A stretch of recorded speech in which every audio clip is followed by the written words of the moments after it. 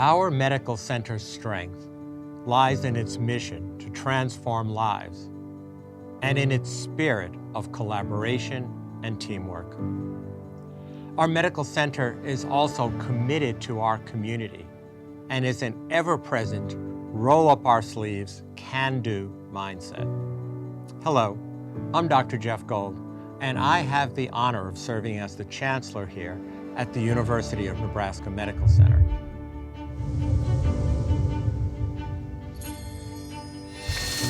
I'm pleased to welcome you today to the Davis Global Center. I'm pleased to welcome you for a peek into what makes the University of Nebraska Medical Center so unique among the very best in our nation.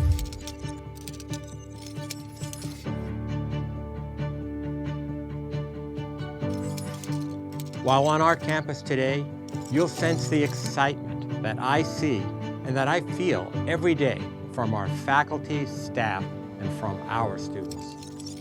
That collaborative and inclusive spirit, that's our greatest strength, because we're committed to a culture where everyone belongs and everyone feels welcome.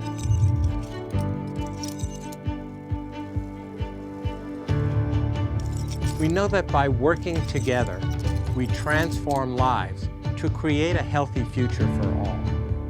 We educate and train the state's workforce, and we advance the science. In many ways, we answer our nation's call.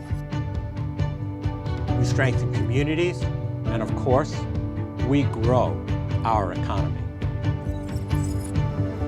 We heal. We heal through extraordinary clinical care in an environment that cherishes hope and resilience.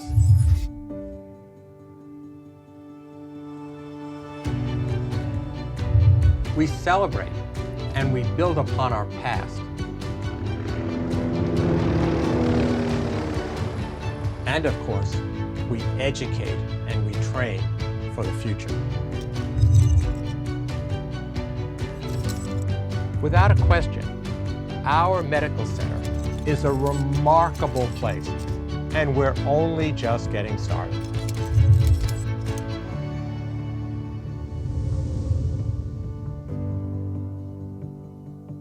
Please join us as we dream big and as we transform lives. Join us as we create a healthier future in Nebraska and around the world.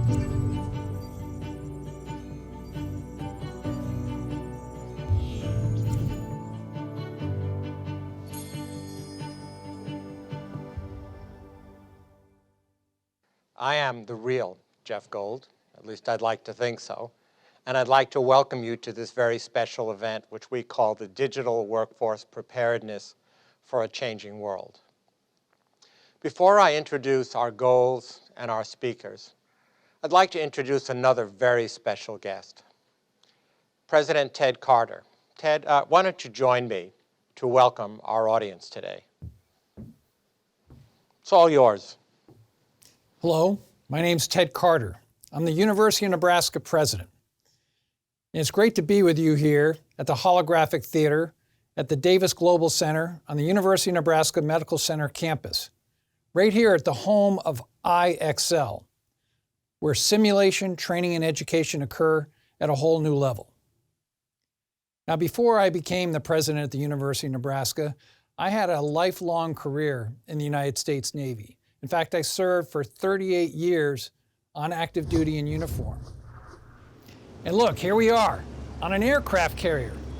Now, this has been my home for most of my life. And this outfit you see me in, my flight suit and my flight jacket, is what I wore for 38 years. And I have to tell you, as somebody that's flown probably as much or more than most Americans have ever flown in our naval aviation history, simulation, training, and education has been the hallmark of what got me to the top of my career. Not just being a Top Gun graduate, not just having flown over 2,000 carrier landings, but even some of the combat missions that I flew. One approach, expected final bearing 331, altimeter 3001. 205 Marshall 17026 Angels 11, expected approach time 35, approach button 17, time 19er.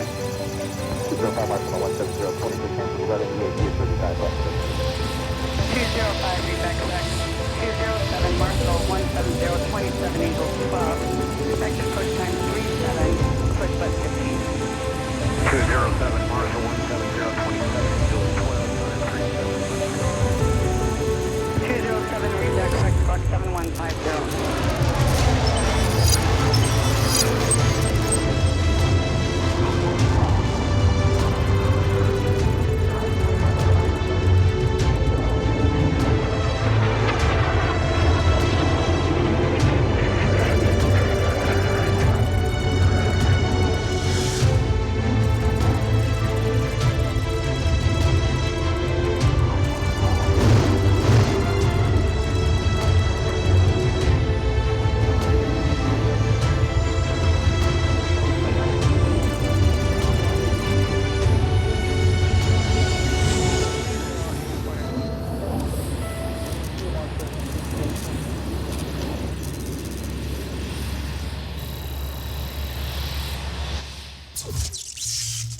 Well, thank you, President Carter.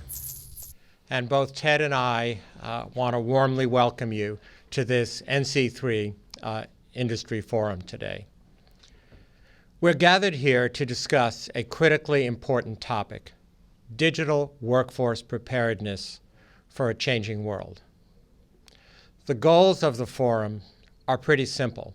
First, to confirm and to reassure all of the University of Nebraska's broad commitment to advancing educational programs that ensure preparedness.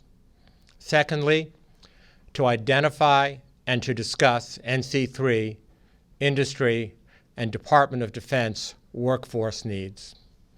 Thirdly, to describe opportunities that are underway at the various University of Nebraska campuses today to build the digital workforce of tomorrow.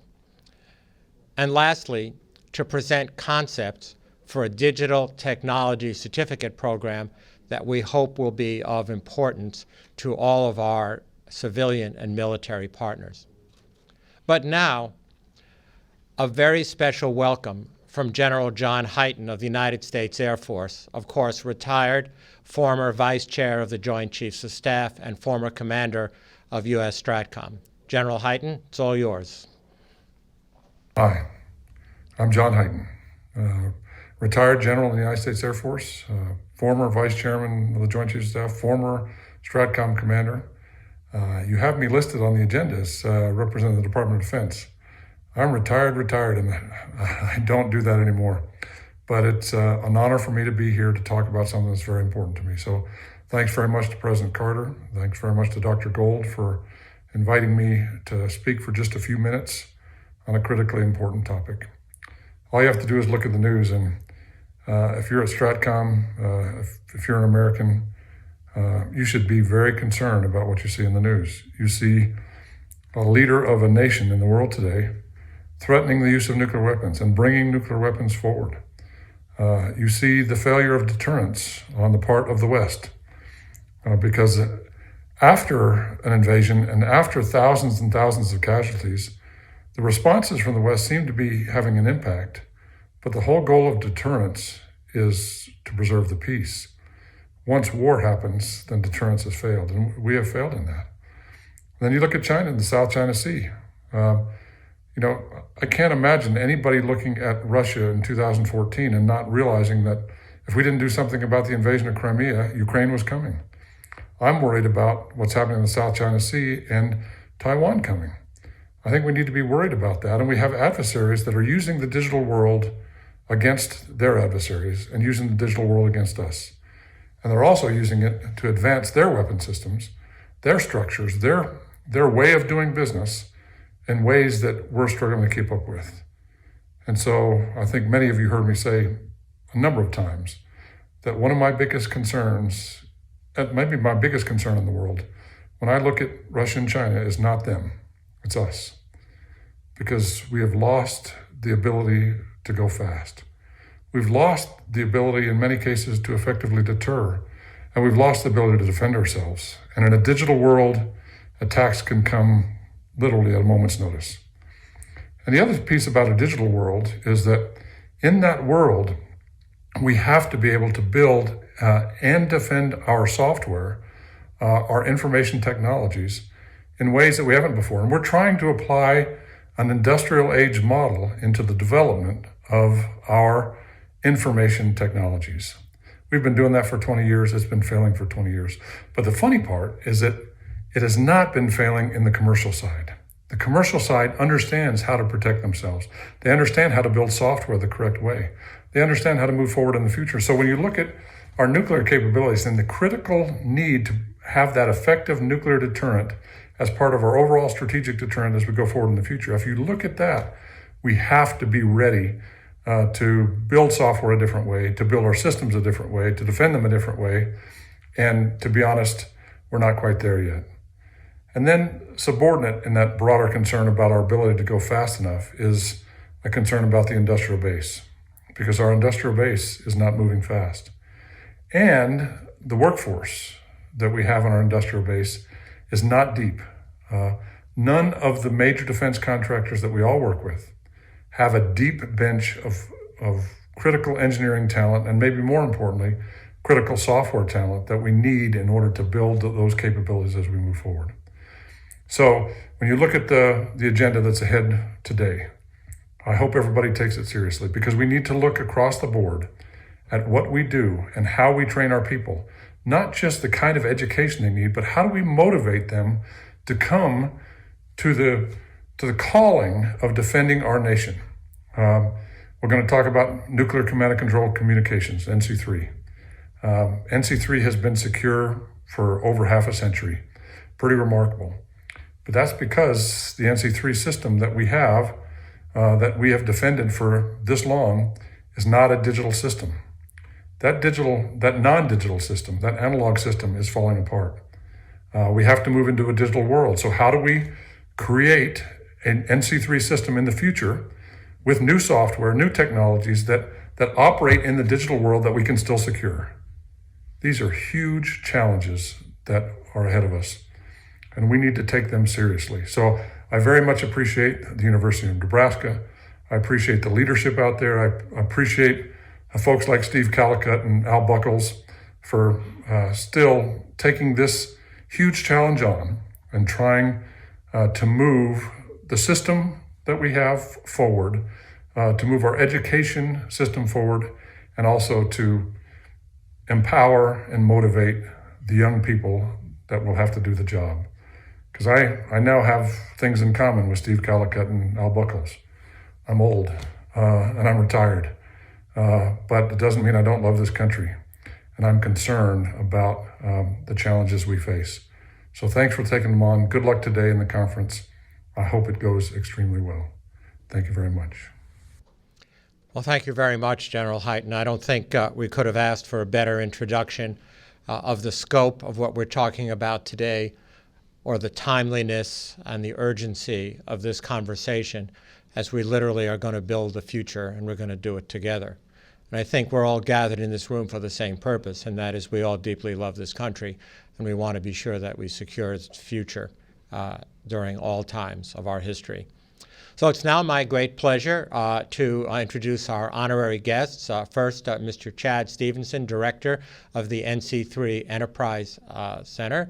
Mr. Steve Callicutt, former Director of Capability and Resource Integration, U.S. Strategic Command, Offutt Air Force Base here in Nebraska. Mr. Al Buckles, Special Advisor to the Director, University of Nebraska, Peter Kiewit Institute, and of course, NC3. And now it is my pleasure to introduce our speakers and our industry panelists. Dr. David Jackson, Vice Provost of the University of Nebraska System. Dr. Martha Garcia Morillo, Dean of Information Science and Technology at the University of Nebraska at Omaha. And Dean Lance Perez of the College of Engineering at the University of Nebraska at Lincoln. And on our panelists, sitting before you is Ms. Christine Jesowitz from Lockheed Martin, Jonah Van Doon, Nebraska Tech Collaborative, Rich Gibraldi from Oracle, and Tony Goins from the Nebraska Department of Economic Development. I'd like to thank all of our guests who are joining us today. And let's start off with our panelists. I'd like to start off by asking some questions so that our panelists can begin to share their perspectives of their current and future workforce needs, because that's what we're really talking about today for these workforce needs. So let's start off with a question about skills. What skill sets are so critical that you are now seeking in new graduates, recruits, or for refreshment of your current workforce? And you can do this in any order that you wish, but please hold forth. And I'll keep an eye on the time so you don't need to worry about that. So there's a few things. As we look forward to the landscape that the customer is looking for, we're really looking to automate a lot more things than we did in the past. And so certainly skills in AI, ML, as well as data analytics are something that we're seeking. Additionally, as we look to ubiquitously connect this intergenerational systems that we have, we need high bandwidth things, and skills in modern technologies like 5G are also important. The other thing that's really critical is that systems of systems engineering thinking, right? So you have to be able to not just put together a single thing, but how does it fit within that greater systems of systems? And then finally, in the cyber area, and I think General Hyten touched on that as well, as we connect everything, it could be something that would be more able to be attacked, and so we have to make sure that we have good cyber skills to protect the thing that we ultimately build. Rich, you want to weigh in on that a bit? Yes, sir. Following what Christine just said, in our company, we're the largest data management company in the world. So all the things Christine ticked off are really prominently figured in our current and future needs. Biggest probably that is data management itself. Now, there's a lot of aspects of data management. All the AI, ML, analytical capabilities that Christine mentioned. Also, the system engineering and system architecture that goes with that. How do you plan, build, and operate an architecture for a customer, which gets even tougher when you have to get it into the classified environment, like for our NC3 customers, as well as other Department of Defense customers. That involves things like physical and personnel security, that we have to have enough people to make sure that we have all the right people trained, cleared, and can go to work for those customers. We also have a pretty big responsibility, and it's getting more so in the future as more and more things based on the world situation. General Hyten, mentioned obviously. So to get those things going more into the classified environment, supply chain risk management has become a huge issue for us to make sure that the products that we're delivering to our customers have gone through a rigorous procedure to ensure that all the right things are in there and none of the bad things are in there. Also, cloud is a huge thing. The cloud architecture and everything that goes into cloud architecture is probably number one on our list as to how we move that data around the world and around the work centers for our customers. And finally, a couple things like data science and modeling and simulation for all those aspects that I just mentioned. That is, all those are keys, Doctor, for some of the things that we're doing. Can I add one more thing to that? Everybody can. That's your plan. So you all listed off all of these the actual skills: cloud, cyber, data science. But there's one other piece that needs to occur, and that's this real world experience that the students need to have. The classroom is very orderly, right? And so everything has a place, and you can pick it up and put it somewhere else. But it's not until they get into this real world experience that they really start to excel and truly understand what they've learned in the classroom and making that connection. So that's just what I wanted to. The real world may not be quite so orderly. Correct. Tony? The government? Are you kidding? And to just really piggyback on what Jean just stated, I think the other part of it really centers around leadership skills and the ability to be able to communicate interpersonal skills. The digital part of texting and the use of social media has diminished from what I've seen, the kids' ability to really be able to use communication skills, not just from a technology standpoint, but how do they get their point across? How do they work within teams? How do they really understand the esprit de corps that's necessary in order to accomplish the mission? So I would add leadership skills, interpersonal skills, and communication to that mix. Yeah, well, I appreciate that, and that's a really good segue to the next group of questions, which are, what are the skill gaps that you're seeing? I could spend a long time talking about where it is in healthcare, but you see the world through a very different perspective. And so if we're going to help and work with you to design educational programs, not just for new grads, but for trying to mature the workforce, where are the skill gaps today, and most importantly, how do they manifest themselves? In other words, how do they translate into the real messy world or the disorderly world? Who wants to start? I can go ahead Yeah, and start. please. Uh-huh.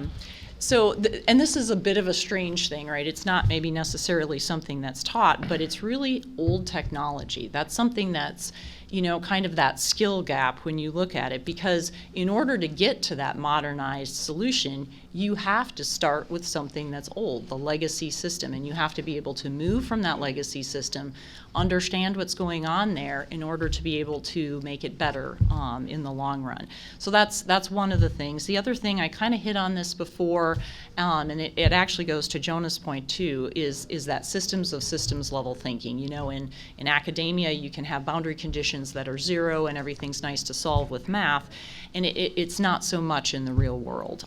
The other thing that tends to happen is a lot of folks today are in that make an app kind of thing. I make an app mindset, and it's quick and I can get it into the system very quickly, but it actually has significant interface definitions and things so that you can do that.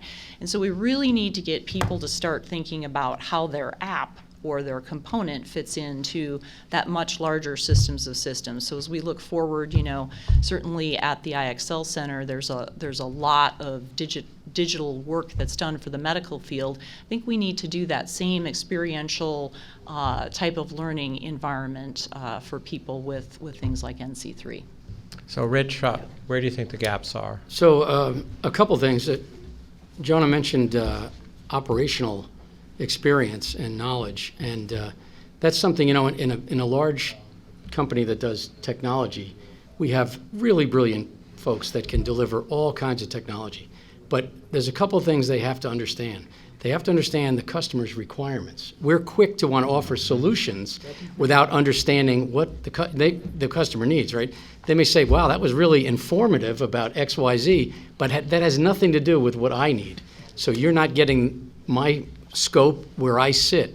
And that's really important, to have a blend of technology and operational management from a customer perspective, as well as something that I've just been seeing this through COVID, and it's teaming, right? So teaming, we used to do an awful lot with physical teaming in a group, right? And it's a lot different to see people's body language. A lot of folks aren't using their cameras. You only see people from the... I'm much taller, actually, than you can see me right here. So that's reassuring. But the only time now we generally get together in physical teaming is when we're doing classified work. And we need, I think, and a lot of folks are going to stay away from brick and mortar offices, and other than to visit customers, we need, as internal to our company, to make sure that we still have the ability to get together and have real teaming discussions and see what each other's really thinking and feeling, and you can see it in their expressions. The other thing that's helping exacerbating these skill gaps is the clearance problem, right? Getting people cleared as more and more things get into the classified genre, it's harder and harder. And we understand why it needs to be, just because of the things happening in the world, but it is a long process. It is arduous for our folks, and to get on contracts and to be able to support our customers, it is a constant thing that affects all the disciplines that we talked about, for supporting NC3, especially in our other DoD customers. So in some regards, what you're describing is actually a latent effect of COVID, in the sense that it has really diminished teaming in many different ways, and it's also delayed some of these processes Jonah, how do the gaps manifest? How do they manifest? Well, a lot of companies, so we represent 104 large companies, small companies, startups, and across the board, it says, they keep saying to us, again, what everybody else has said, it's that interpersonal skills, it's how do they get together. We're seeing, because of COVID, they're making a lot more mistakes. Or they're not sure, or it's that how do you work in a team, ask for help, ask questions. And so every company is facing something a little different, but that's kind of the overall theme for most of these types of things. Tony? You know, what I would also add to the narrative is the ability to be able to really solve problems through root cause analysis. You know, early in our careers, we were taught we didn't have Google and Yahoo to look the answer up. So you really had to work to understand and put real time in a true root cause analysis so that you got to the bottom of what the issue was. And then you understood how to work within a team to put a fix in place around problem solving. So, you know, as Rich talked about, understand the customer expectations and requirements, I always ask, you know, what is the problem? And then what are we doing to solve that problem? And sometimes it's going to be a heavy lift. It's not going to be like hot chocolate. It's going to be a heavy lift. And I think we have to help our young students understand the work that goes into doing something that's very complex and how root cause analysis and problem solving skills really play into that narrative. And I would agree 100%, Tony. You know, and back in the day, we didn't have all those tools, right? We did. I had Al Buckles, right? Just go back to Al, and he would, you know, so. And Al, it's great that they let you out of the home to come out here today. You're always appreciated.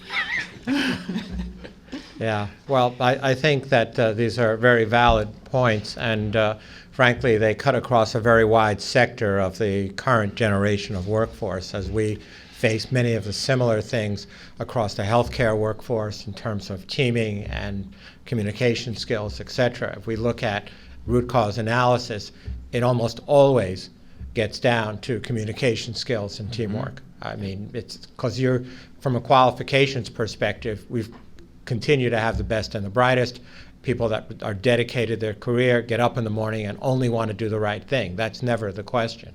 It's about how does the team come together to deliver, particularly in critical decision making. So, you know, standing here this afternoon in the Davis Global Center here on the UNMC campus, if you will, the home of augmented and virtual reality, as you saw a little earlier, holographic imaging. I love that hologram of myself. I was much younger at that time. They let me out of the home too, by the way, so don't feel bad, Al. But one of the questions that we wanted to address today is how does our panelists, and I'm sure we're going to hear from our academic folks as well, but how do our panelists view the impact of cloud-based storage, augmented and virtual reality, holographic technology? In other words, if we're building a production pipeline for the workforce for the next, let's say, decade of not just NC3, but more broadly to support this part of the industry, how do you see that coming into play, and how important is it? And I don't know, Christine, do you want to start? I can certainly start. Sure, thank you. You know, there's some basic pieces of this. This is new technology, and you're going to have to teach the tooling of that technology. And so and it's useful both for commercial as well as defense industry. But as I was kind of stating before, there's a bunch of old technology that you just have to be curious. You have to ask questions. You have to be able to work in a team like everyone was saying on the panel, where you can ask people with that experience in the operation centers, hey, what do you do? What is hard about your job? And really being able to gather those requirements so that you can convert what they do today into something that's much better for tomorrow. So if you have that skill set, then you can do that conversion so that it's actually useful to the warfighter. And we'd actually like to see that start earlier in the career, because, you know, we always talk about reading, writing, and arithmetic, but we also believe computer science is really important. How do you get that computational thinking, those critical thinking skills? Because tech is in every single thing now. It's not one silo or one lane. It's what was the great equalizer? It was this thing, right? Right. Um, Get an app. get an app, make an app, but really trying to get students to understand that there's just so much more to that. And I think it's more of a lack of just not knowing that it exists. And so how do we socialize that? I would add that sort of the Internet of Things piece to this has a profound effect on 5G and communications technology, not just the phone, as John just held up, but also all the infrastructure that goes with making 5G a reality into the near future. There's an awful lot of things in the background in that architecture, not just antennas and cell phone towers, that is all part of all those technology capabilities, and it's only going to be growing. It's exponentially growing before we have 6G, et cetera. So that's going to make the gaps that we already talked about, get exacerbated. I think the other thing, especially things that they've done here at iEXCEL, incredible with AR, VR, and holographic technology, it goes into some of the things we see in the Department of Defense and especially could be moving into NC3, which is modeling and simulation. Everybody needs to be able to test, develop, and model things before they put it into the operational environment.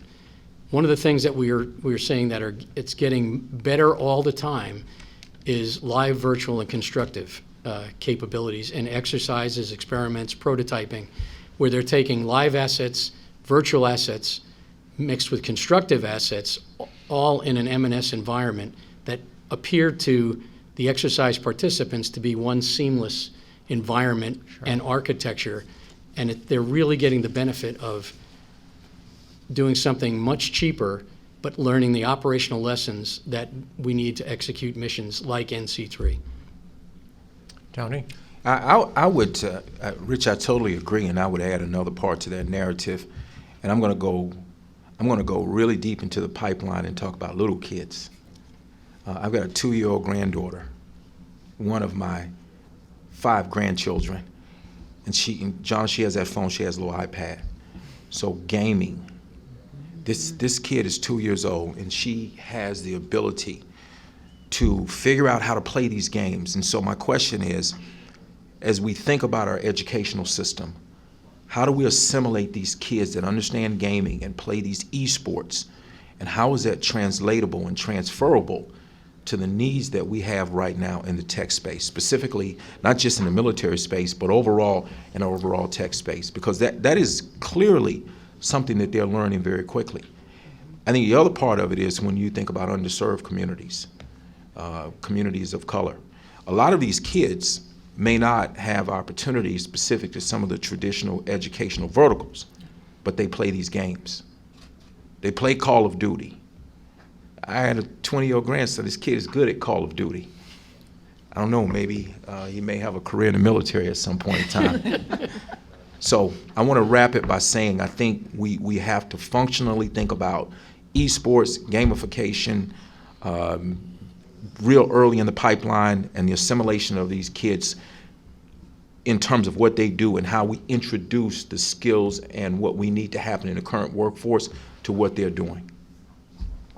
So I want to stay on this subject for just a minute. And it was not long ago that I was visiting with some colleagues and we were talking about this exact question.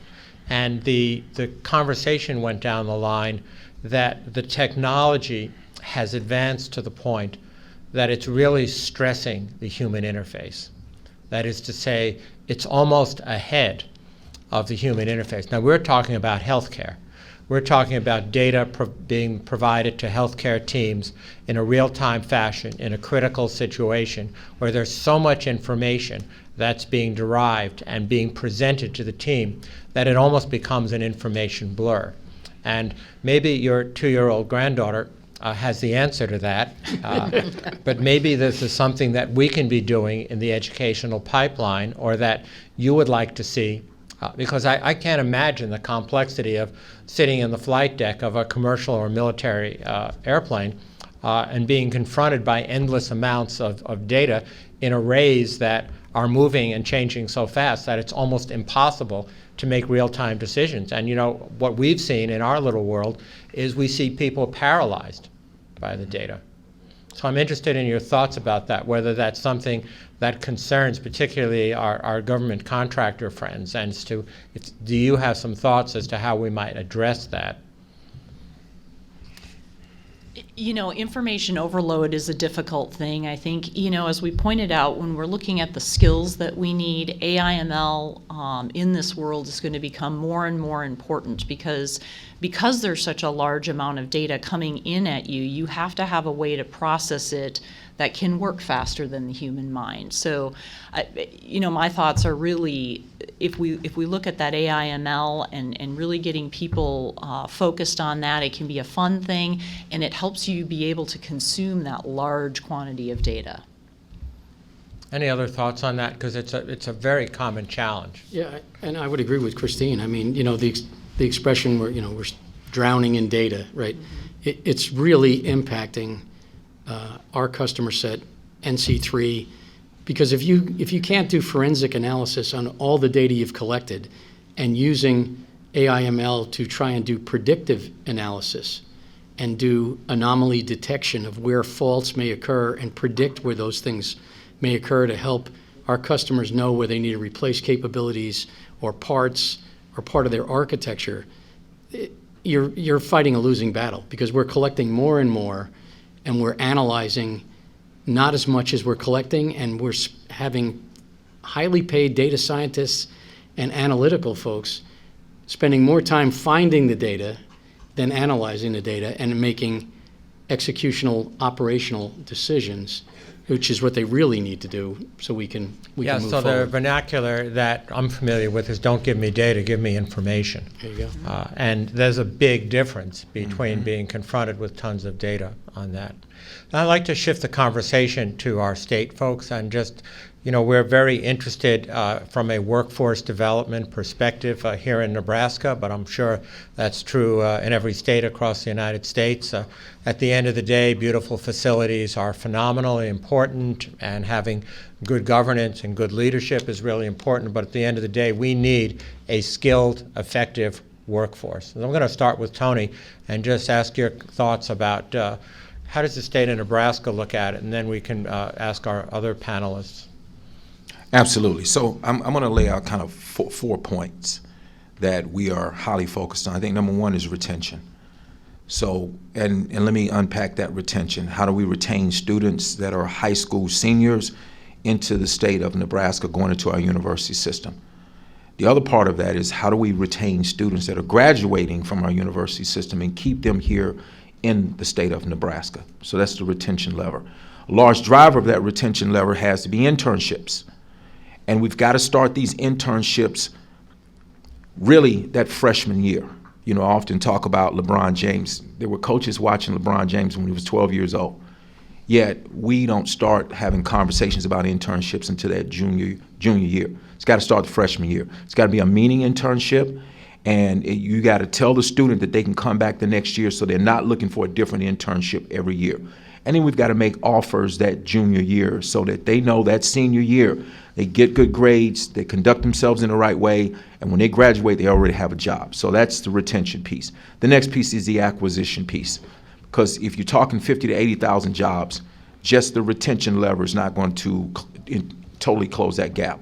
Acquisition means we have to recruit from out of state for our educational system, but we also have to really think about international, and I know that could go down a whole nother conversation. But international, I think, is a large driver of what we need to do in order to start closing this gap. The next piece really centers around focusing on our military, because we have a large military base here. Skill Bridge is a driver that the military person can be on their firm's payroll for 180 days, and then they can assimilate into that firm, and it is huge. So our military. And lastly, number 4, is really we have to market our state.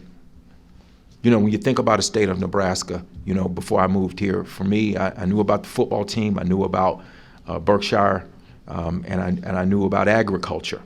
But there's so much more to this state that we have to share. And so the Good Life is Calling is our new marketing campaign that really has the opportunity to paint a real picture of what happens here And that underpins what we're doing at the state in order to try to close that workforce gap.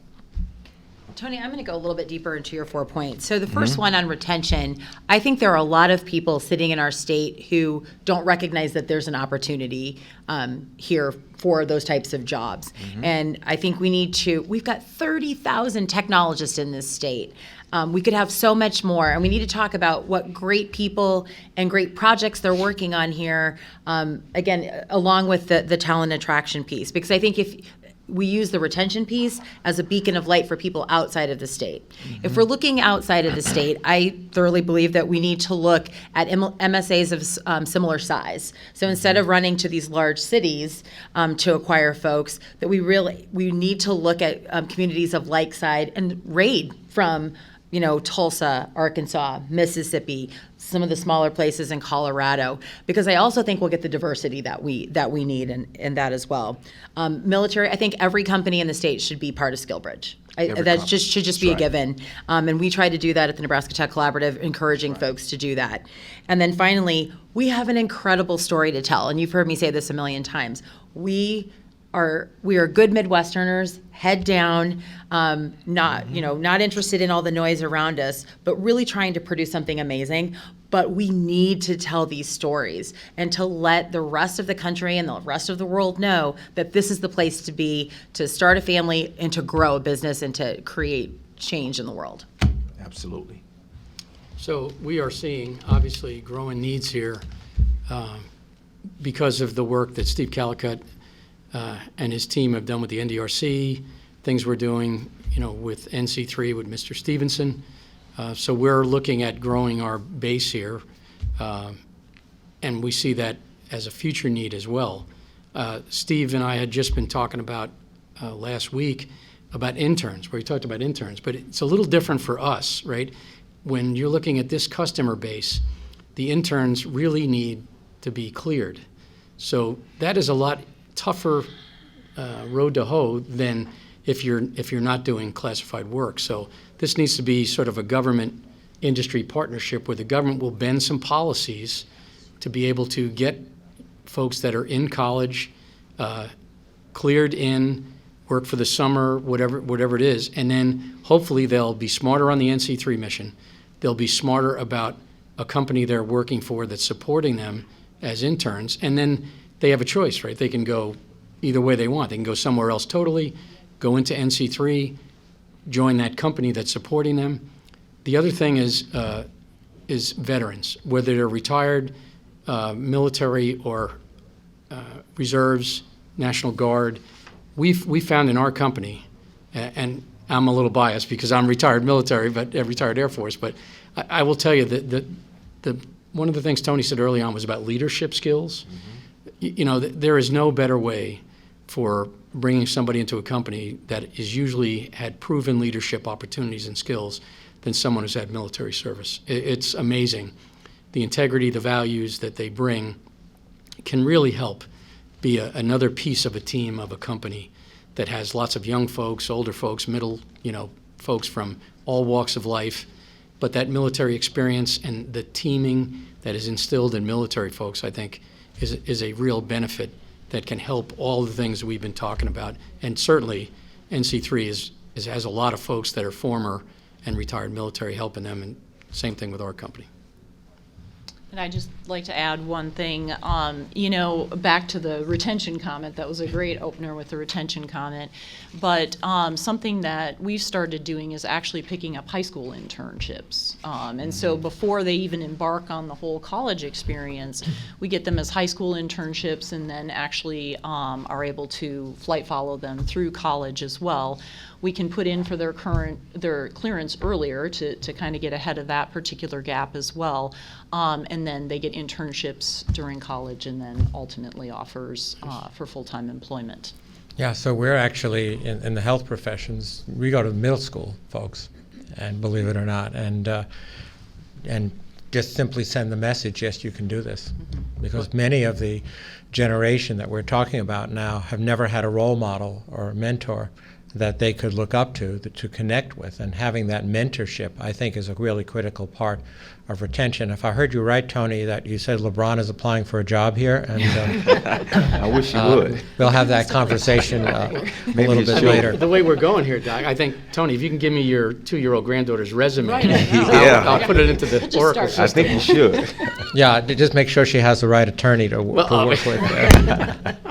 So before we close up this part of the panel discussion, of course, one of the core reasons we're gathered here today is to ask the question of how can the University of Nebraska help position itself to build that workforce of the future, to take existing employees of our government contractors, existing active military and veterans, et cetera, and help them get the credentials and the skill sets that they need. So what I'd like to do is ask each of our panelists to share just a few minutes, if you will, closing remarks. If there are 1, 2, or 3 things that we, the university, need to take from this conversation, what might that be? And anybody can start. I can go ahead and start. And, Rich has mentioned it quite a bit with modeling and simulation. Certainly what you all have done here at the iEXCEL Center with the mix of modeling and sim as well as real things. If we could have the same type of thing for NC3 or even other domains that the military goes after, where you have that experiential learning, where you're working with models of actual systems, the cyber satellite, real cloud systems, and you actually are able to use that and really see when you put things together or you have a solution for something, does it matter? Do you have a bottleneck someplace else that you would have never seen unless you had that systems of systems modeling environment? So that's kind of my key takeaway is if we can take what you've learned here from a medical perspective and apply it to the domain, I think that would be really a force multiplier for the workforce. And on that subject, through the use of modeling and simulation, we have had an incredible impact on the quality and the delivery of healthcare, and I'm talking about objective outcome measures. So it not only produces confidence, but it produces competence, and it produces remarkable teamwork. So I'm with you on that. Others have any final thoughts? For us at the Nebraska Tech Collaborative, I mean, we love working with Martha. And the internship piece we think is a game changer. We think if we can figure out a way to get that right, and the ideas that she has around job shadowing and these project experiences and the internship, all of those combined, working with us in the business community, I think that's going to be the game changer for our folks. Just reflecting on my 4 years as a chancellor of UNO, where we had a lot of internships. Frankly, we had tons of unfilled internships. And the reason being is there are internships, and then there are internships. Yep. That's right. And That's we right. need quality, high impact. It's not just that they're paid, but we have to use these internships to inspire the next generation. And a lot of them, unfortunately, are not as inspiring as they might be. And I think that a lot of folks are beginning to figure that out. But also, too, instead of the traditional model is here's your internships and we all revert to our corners, it's what are those feedback loops that we need to know in business on, are we doing a good job? Because nobody here in this, nobody wants to be outdone by their peers here. So that's the reason we're working with IS&T to really figure out what are those feedback loops, what needs to happen, and how do we create that quality experience. And I would add things like, I know you're going to talk about it a little later in the program, but the NC3 certification program that is in the works. I think that is a great way to have people get a taste, even if they're not an intern, of what this environment and this profession might be like. And if they think, hey, I really like that, I'd like to explore it further, there's other things they can do. And obviously having Offutt, right down the road is perfect. I think along with that, offering other certification programs like cloud certifications, right? Cloud architect, cloud associate, the professional management program, PMP certification, which is a national certification. Some other universities offer that both to veterans and to students. That helps them prepare not only for NC3, but a lot of industry jobs where they might be managing programs. So those are things you can look at. I think all the points that our panelists made are spot on there. I think the NC3 is a little more focused because you really do need to be a U.S. citizen, right? And eventually be able to get that clearance.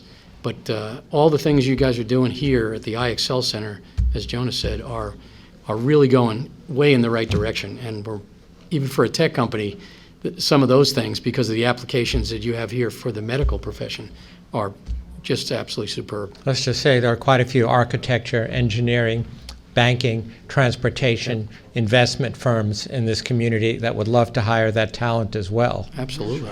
Tony? You know, I'll just add on a few things in addition to what my panelists have stated. I think there has to be a continuation of the relationship building between the business community and the university system. And so what does that look like? That could easily look like our business leaders and our university professors spending more time together so that we understand the speed in which the real world is changing and how do we adjust our educational systems so that we're able to really keep up with the times. I think that's number one. I think number two is a clear definition of what we're trying to achieve. So what is the end game?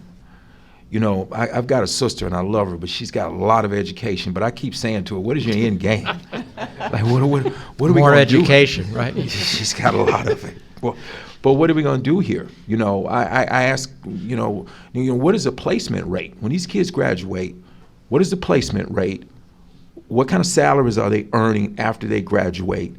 And how do we pull that metric back into the university system so that everyone is saying we are working towards an end game? Here are the verticals that we need people in, and we're building to get to that end game, and we're not just going through motion.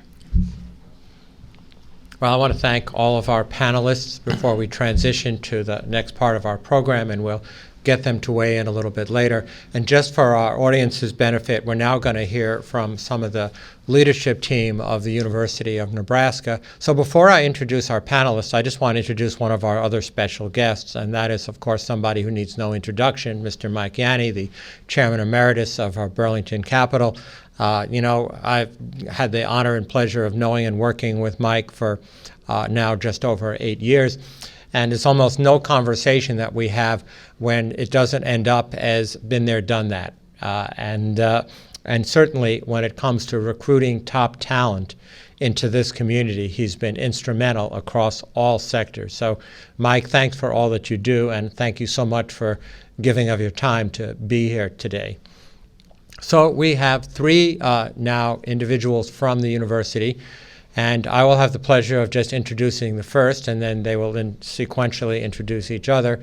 And so I'd like to now introduce Dr. David Jackson, bring him to the podium to begin to present part of the University of Nebraska Perspective. I have the pleasure and honor of working with Dr. Jackson on nearly a daily basis in the provost's office.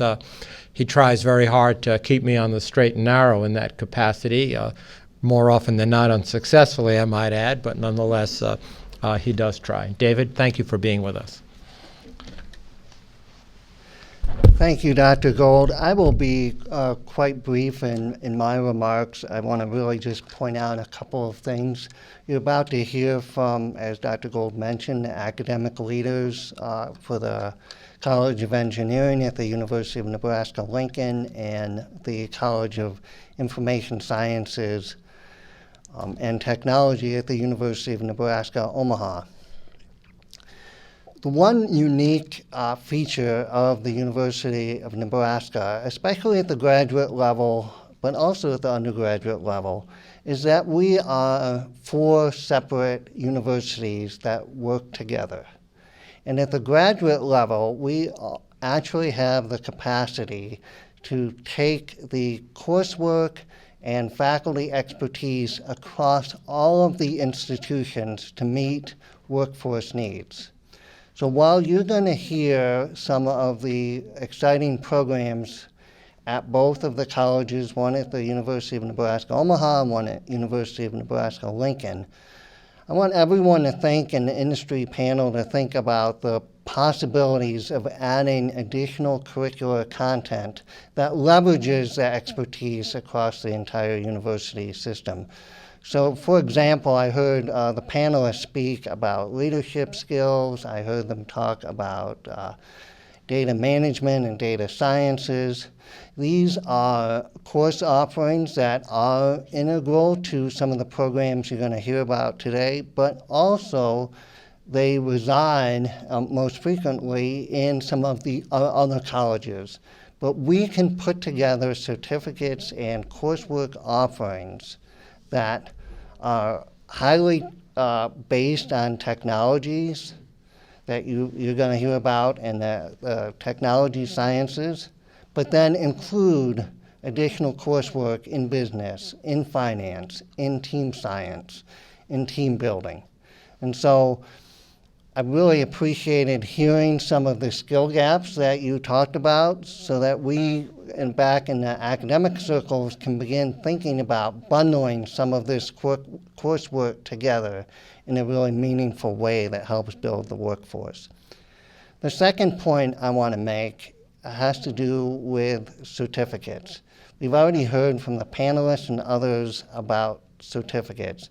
And when I went to school, the only kind of certificate that you could get were some of these extra skill professional development certificates. And you're going to hear about one really exciting one that's is going to be offered here at the University of Nebraska Medicine.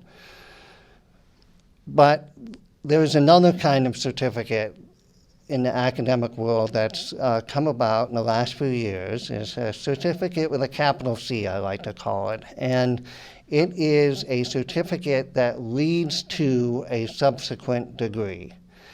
In a sense, it's like a minor that we are all familiar with when we went to school. It's a distinct bundling of coursework that gives workforce particular skills.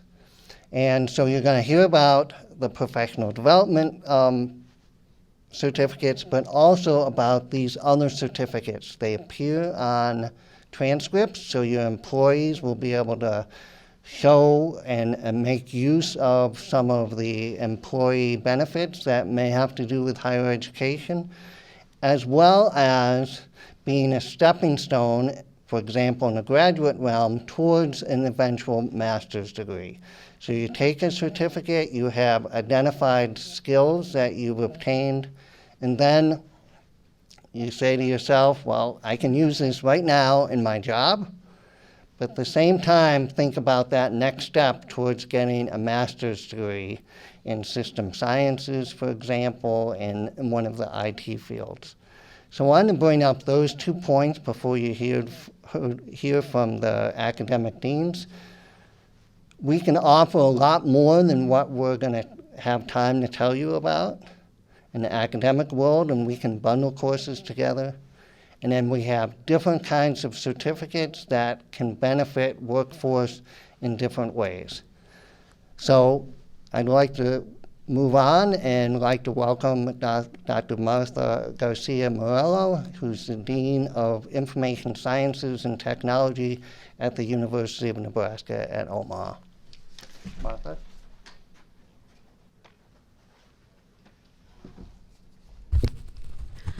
Good afternoon, everyone, and thank you for the invitation. Before I begin, I just want to make sure that you recognize how committed the University of Nebraska system is to this initiative. Whatever you hear here is to ensure that we want to provide whatever we need for our students so that they succeed in your companies, in your organizations, or in the government. So let me begin by saying that I'm going to focus on 3 important points related to the development of a pipeline to ensure that we have the skills necessary for young people, kids, to move through different experiences in higher education and graduation and after when they graduate. This little chart that several of you who have interacted with me are familiar with is a description of that pipeline. This is important because if you remember from General Hyten's remarks, he indicated that we don't have a lot of depth in the number of people that are coming to our colleges. So we want to begin right before they enter college with pre-college initiatives. And we are forming an infrastructure to make this possible through different partnerships with different entities here in Omaha and Nebraska.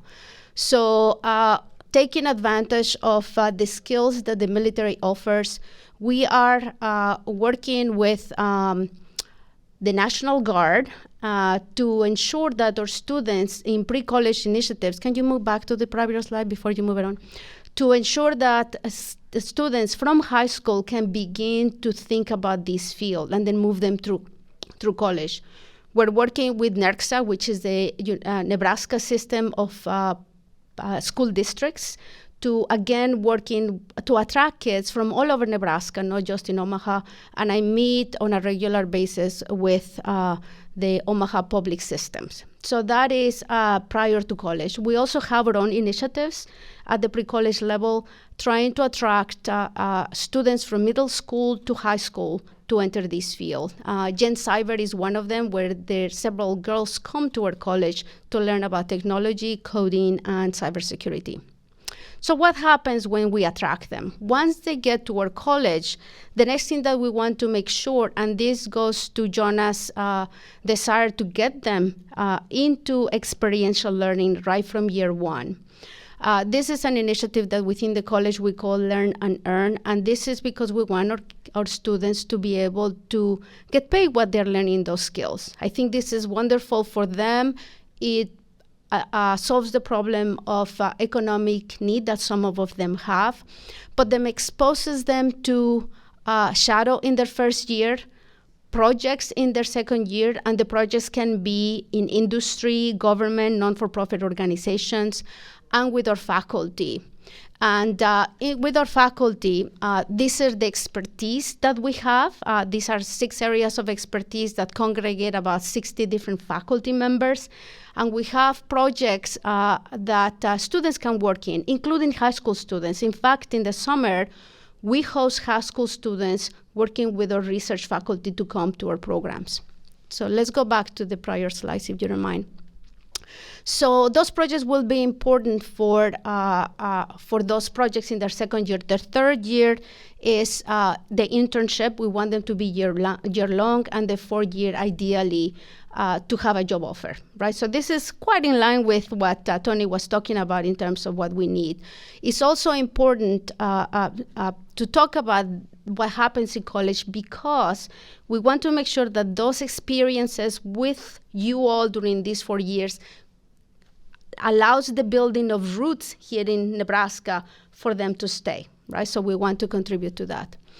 Now, what happens after they graduate? And after they graduate, you can move it on. This is what we propose to the NC3 curriculum. And when they graduate, we already have a program on leadership, and many of you talk about the leadership piece. We have a partnership with the College of Business that we call the Stratcom Leadership Fellows, and this is for civilians who are working in the military to provide them the skills that they need regarding leadership, teaming, communications, etc. But then in the technical track, we want to provide a similar type of experience with the technical fellows, which will include a technology piece in addition to a leadership piece. In the middle, you see all of our curriculum currently being offered at the College of Information Science and Technology. We begin with data analytics, which is, of course, the tools that they need to be able to analyze and identify patterns, anomaly detection, pattern recognition, trends, eventually for decision making. In the area of cyber infrastructure, of course, the objective is to be able to manage information to make sure that it is authenticated, that it is integral, and that it's delivered to the right location securely for the purposes of ensuring the security of this nation. When we talk about software engineering, well, the objective is to make sure that we manage, that we provide the computational engineering skills to be able to make sure that these systems that we develop, maintain, and make decisions with the machines that we develop. And communications, of course, is critical, right? Because the communications that the skills that the students need to have, and we provide in our certificates and master's degrees, is about ensuring that they know the technology related to basic things such as LAN, but also complex wireless 5G systems that are able to support the infrastructure that maintains the national security of this nation. The last degree that I want to talk about very briefly is our innovation NC3 that we propose. And this is because this is an interdisciplinary program that allows people from multiple skills to be able to collaborate in the design, prototyping of new products and software that use technology, right? So this is an area that is very unique to our college. The last quadrant, which is again part of my post-graduation, is around micro-credentialing. And you have heard Chancellor Lee at UNO talking about the importance of micro-credentialing. And the reason why we have this as a potential offering for those of you who are attending this event is because we are aware that not all size fits all. And we want to make sure that if there are areas that are unique to you, that we have expertise, that we can develop it through a class, through different formats, online. All our degrees and certificates are available online and in person, so you will be able to access them in those two modalities. Because, and I think this is important, and before my time is up, before we want to make sure that we attract people, we are making partnerships that lead to that motivation and meaningfulness that our kids today need. Among them, for example, is we're working on a partnership with the Monroe Meyer Institute, and they want to have a group of students who will engage in innovative use of VR and makerspace for medical purposes, for the provision of services for people with disabilities, which I think is incredibly meaningful for a young person who enters in our college. So having said that, we want to make sure that we give you what you need within the college to be able to provide the skills that are necessary for the upgrade, maintenance, development of NCT systems moving forward. So thank you very much.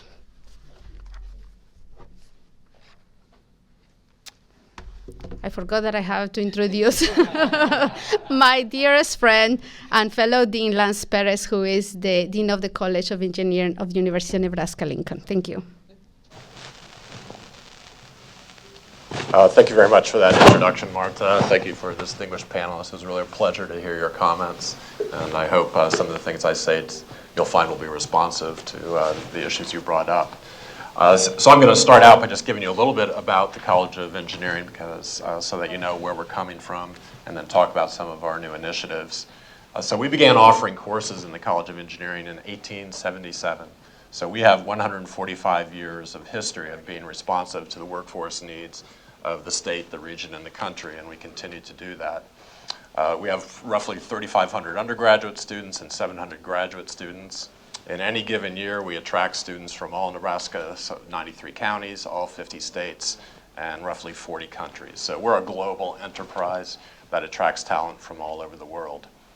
We're comprehensive. We offer 13 undergraduate degree programs. All of them are ABET accredited, and over 25 graduate degrees at the master's and doctoral level. A really important thing, and Tony, I really appreciate you leading that conversation about the non-technical skills that engineers and scientists need. At the College of Engineering in Nebraska, we have a program called the Complete Engineer that seeks to develop 6 non-technical skills in our students. They are teamwork, leadership, communications, professional ethics, civic and social responsibility, and inclusive excellence.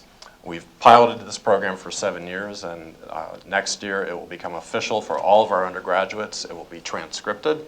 It is embedded in research on student development. And so employers will be able to look at a transcript and see how far has the student developed their leadership skills, how far have they developed their ethical skills. And we're really pleased that this year we had a team participating in the Lockheed Martin ethics competition. They're advancing to the next round. So we're really happy about that. It's really becoming our identity, and we think it's a differentiator. for our students that when they graduate, they're prepared for the workforce in a different way than someone who just has a strong technical education. So a couple of initiatives that we've recently undertaken. I'd like to begin with the School of Computing. So this was an effort that the College of Engineering took on with the assistance of Chancellor Ronnie Green. And the purpose of the School of Computing was, academically, it was to take a Department of Computer Science and Engineering and elevate it to the level of a school, which has meaning in the academic setting. But more importantly, what it was about was two things. One is recognizing the centrality of computing to all students. So this is going to allow us to provide computing education for every student at the University of Nebraska-Lincoln. So whether you're an English major, a music major, or an engineering major, you're going to get a stronger education in computing. So that we have basic computer literacy for all of our students so that students from across disciplines can interact in what we know is the future of technology, which is computing-based disciplines. This came with a commitment to hire approximately 25 new faculty. We've hired 12. We're currently searching for 5 more. They're focused on artificial intelligence, software engineering, data science, and robotics. The School of Computing offers 4 degree programs, computer science, software engineering, computer engineering, and a new degree, data science. And I want to talk a little bit about 2 of these programs. So software engineering, we're one of a handful of colleges of engineering in the country that have an ABET accredited software engineering degree program. Now we could have built that program by taking computer science and tweaking a couple courses, adding a couple courses and saying, okay, now we have software engineering. But I think reflecting some of the comments of the panel, we chose not to do that. We started from whole cloth. We actually inverted the curriculum. So rather than the traditional approach of, all right, the first year you're going to take math and science and maybe a CS1 class, and we'll build those up, and then finally in your senior year, you'll actually get to do something. Our freshman year has a real software engineering design project. It was also our first degree program to require an internship as a degree requirement. A lot of our students do internships, but software engineering was the first program to require that. I'd also like to talk a little bit about data science because, again, I think it reflects a lot of the comments of the panel. The data science program is actually a collaboration between 3 different colleges at the University of Nebraska-Lincoln. So the College of Engineering, the College of Arts and Sciences, and the College of Agricultural and Natural Resources. That's an unprecedented level of cooperation at a university, quite frankly. And it reflects, again, I think the comments of the panelists that data science is going to be ubiquitous and it's going to have a lot of different flavors. There's not going to be one degree program that meets all the needs of industry or of the country or of the NC3 initiative. And so this multi-college program will allow students to tailor their degree program to meet the specific needs that they're trying to achieve. And we're very happy that should be approved next year and on the books. You can go ahead to the next slide. So a couple other things that we're working on, systems engineering. So we're currently developing programs in systems engineering. The first, of course, will be an ABET accredited undergraduate degree program. Again, we'll be one of a relatively small number of colleges of engineering that have that program. And then we're also working on an online Master of Science degree with stackable certificate programs in systems engineering. So this program, which we're prepared to start offering in the fall, will allow working professionals to come in, earn 10 credit hours, get a certificate in systems engineering. All of those credit hours will count towards a master's degree. So they'll be able to earn a second certificate. By the time they do that, they'll have 24 credit hours, so they'll only 6 more credit hours to get a master's degree. I'd also like to mention our Master's in Engineering Management program. This is a great example of some of the comments David made about how our graduate programs work. Again, this is a stackable program where there's a 12 credit hour certificate program that all of those credits which count towards a 30 credit hour master's degree in engineering management. This program has been around for about 10 years. It is ranked number 17 by U.S. News & World Report for best online master's in engineering programs. It's also a collaboration with the UNL College of Business So it indicates that kind of flexibility that we have at the graduate program, where we can share graduate courses across colleges very easily. I should also mention it's ranked by U.S. News and World Report as the 13th best engineering management program for the military. So that's just a few of the things that we're doing in the College of Engineering to be responsive to the workforce needs of the state and of NC3. I would like to just make a couple comments about internships before we leave and the success of our School of Computing. So I mentioned that software engineering was our first program to require an internship as part of the degree program. We now have in our strategic plan that every single undergraduate in the College of Engineering will do 2 out of 3 things as an undergraduate. Those 3 things are internships, undergraduate research, and study abroad. So every one of our students will have 2 of those 3 experiences. So we're very excited about that. In addition, we have a very, very robust internship program, and that's thanks to the support of industry, quite frankly, how much you come and support our students. We have now started placing our students in internships after their freshman year. That support that we're getting from industry for our internship programs is why our students graduate with the highest starting salaries and the least amount of student debt of any college at UNL. And the success of that has been such that in our computing areas, 100% of our students have job offers before they start their senior year. So we really appreciate working with industry to develop that talent and provide those careers. So thank you very much. I appreciate the time and welcome the further conversation. Thank you. Our special thanks to all of you, and as I'm sure our audience and our panelists appreciate, there's just tremendous flexibility among and between our academic programs, the willingness of our colleges within each of the campuses to work together to create stackable certificates, graduate programs, undergraduate programs, and the willingness of our campuses to work together to solve some of the big issues. And Lance, by the way, I reflect on my days as an undergraduate engineering student for the audience's benefit. I'm a nearly recovering cardiac surgeon, spent 25 years of my life in the operating room, but started off with an engineering degree, and I was 0 for 3 of those things that you offered. I did, by the way, get a job offer when I was in engineering school. I don't know if I ever told you the story, Lance. We had corporate interview day, which was, a big thing that the soon-to-be graduated undergraduate engineers would do, and these wonderful companies would come and they'd interview. And so I thought I'd spend just a few minutes and do one of those interviews. And it was a company that manufactured ball bearings at that time.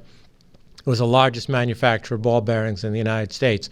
That's all they made, great big ball bearings, tiny little ball bearings, etc. I've often wondered what would have happened to my life if that was the direction I might have taken.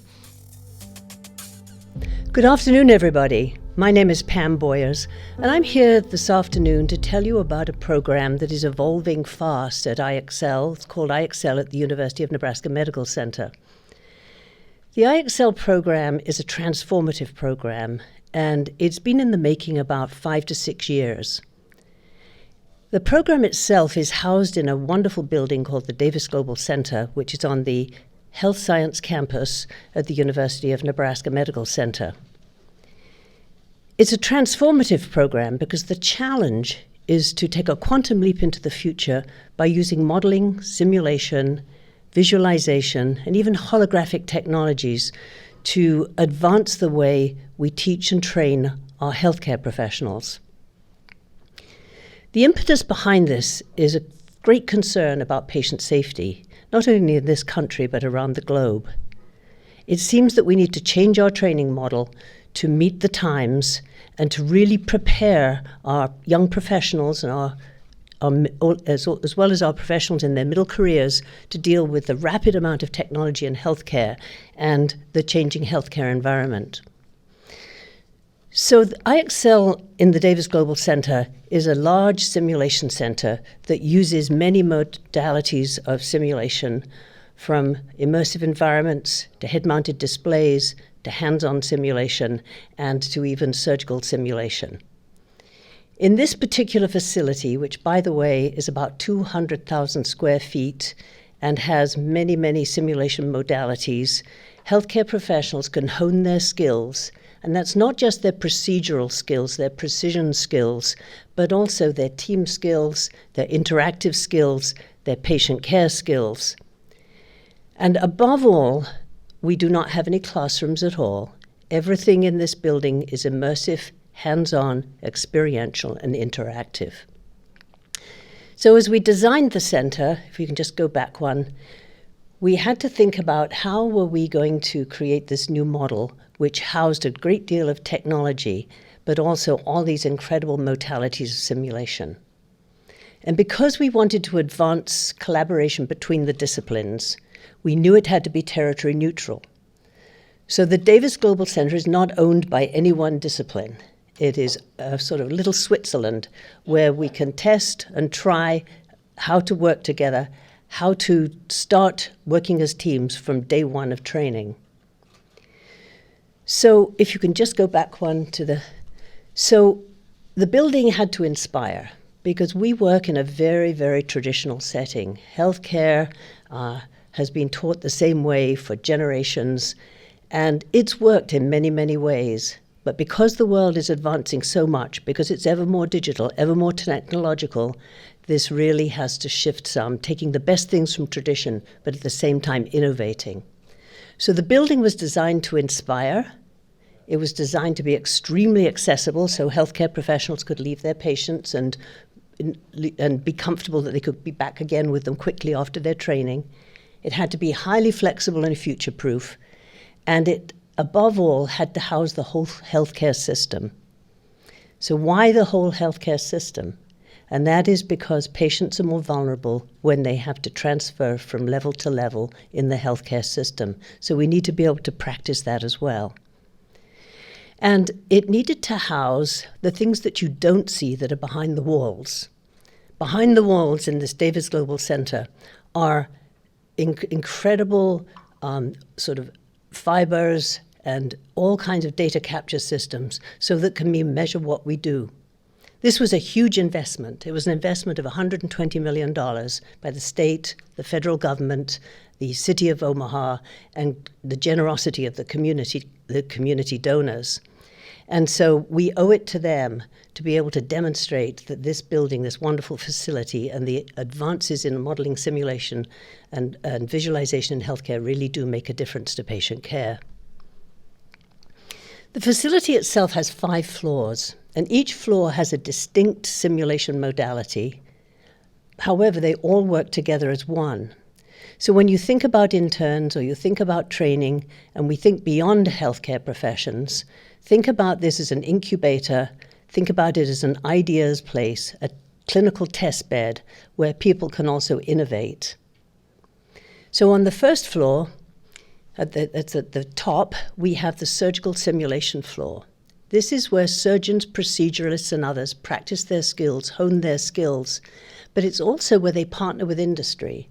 We have 20 to 30 industry partners at this point in time, big companies, global companies, who want to work with us in this beautiful surgical simulation center where they can work with our clinicians, develop the best training models, but also develop new technologies such as new robotics and other kind of advances in surgery and procedural medicine. Again, it's team training. There are PAs up here, there are doctors up here, nurses up here, anesthesiologists, pathologists, all of the people who need to come together around the bedside of the patient to improve their care. The floor below it, there are 5 levels here, so we're coming down from the top to the next floor, is an advanced clinical simulation floor. And in this floor, and again, think about this in terms of internships or learning for people who are not necessarily going to be healthcare professionals. There are 2 virtual hospitals on this floor, and if you look at the top right picture on the screen, there's a command center in each where they drive the human patient simulators that are lifelike simulators through different scenarios. And this is where they learn to problem solve, respond to emergencies, work as a team, communicate, and diagnose under pressure.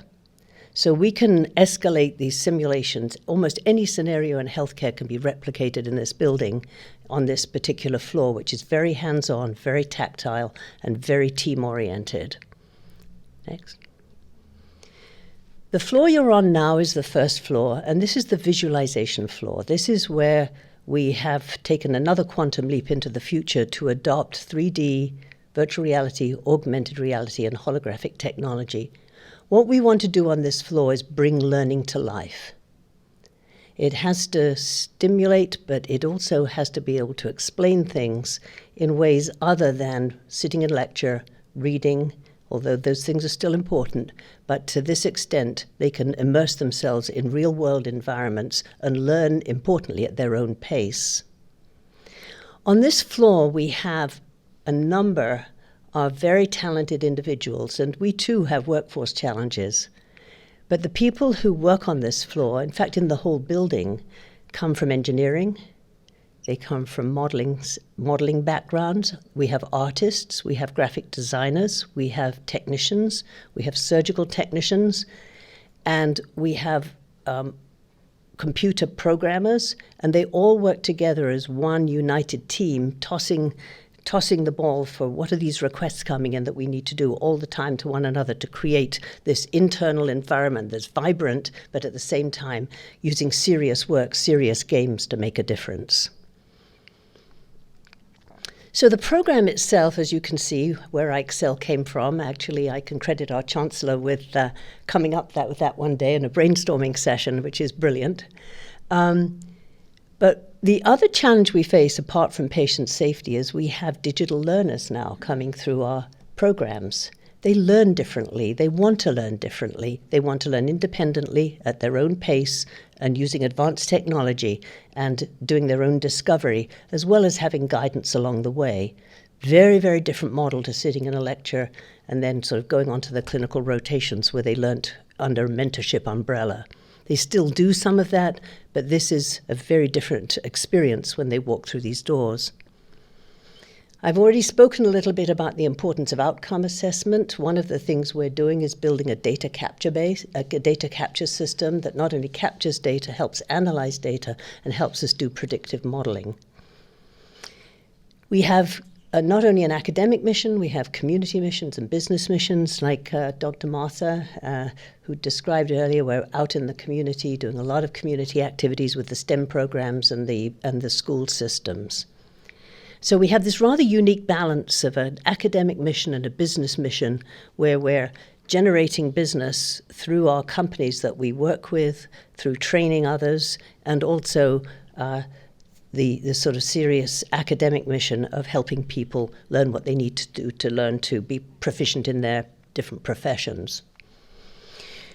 So this is a very detailed slide, but it's there to show you that we have grown tremendously. When we moved into this center on March the 1st, 2020, COVID-19 was appearing on the horizon very, very rapidly.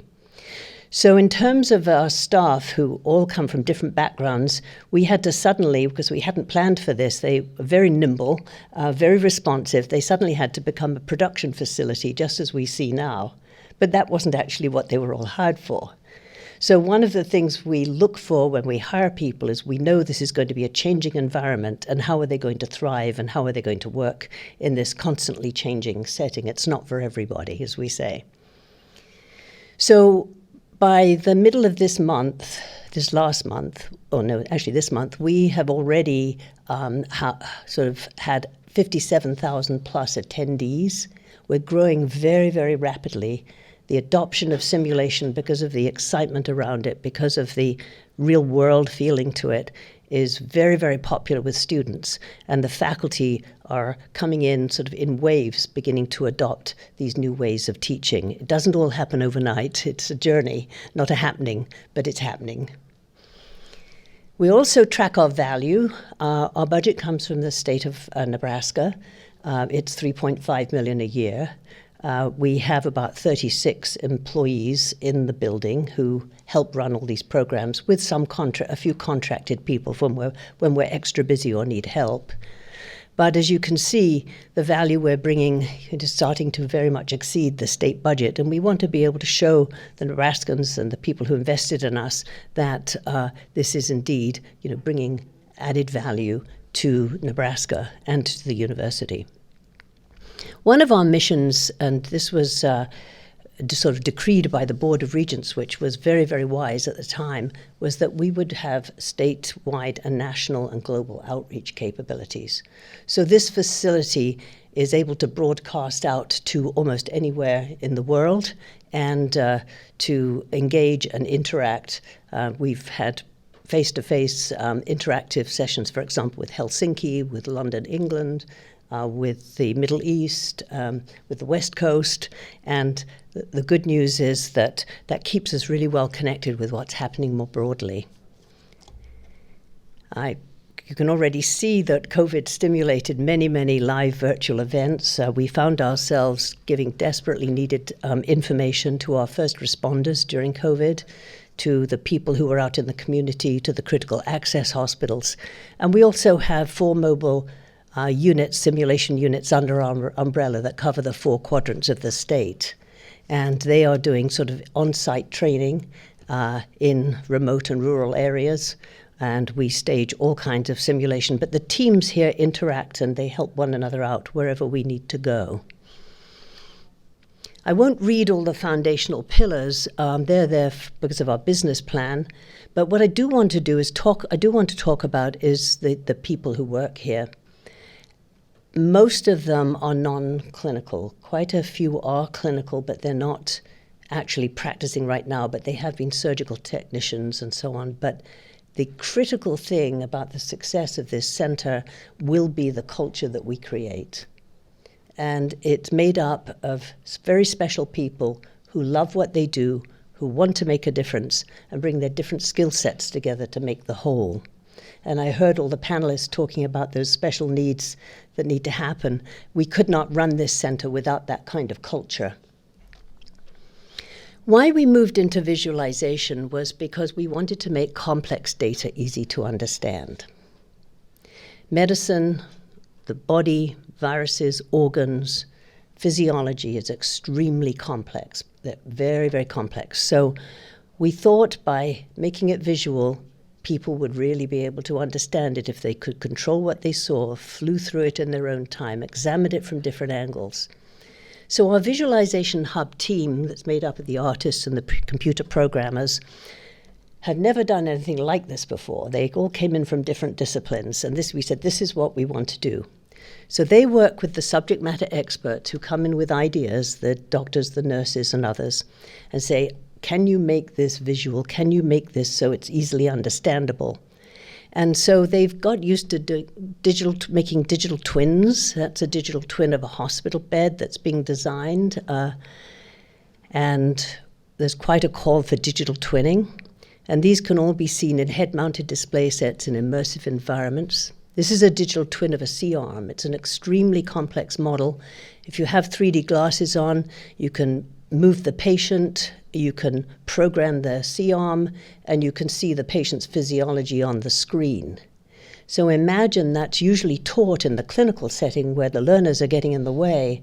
Well, here they can learn to become proficient. This is a crash cart. You'd be amazed how few people know where to find the crash cart or how to open the crash cart or where the medicines are in the crash cart.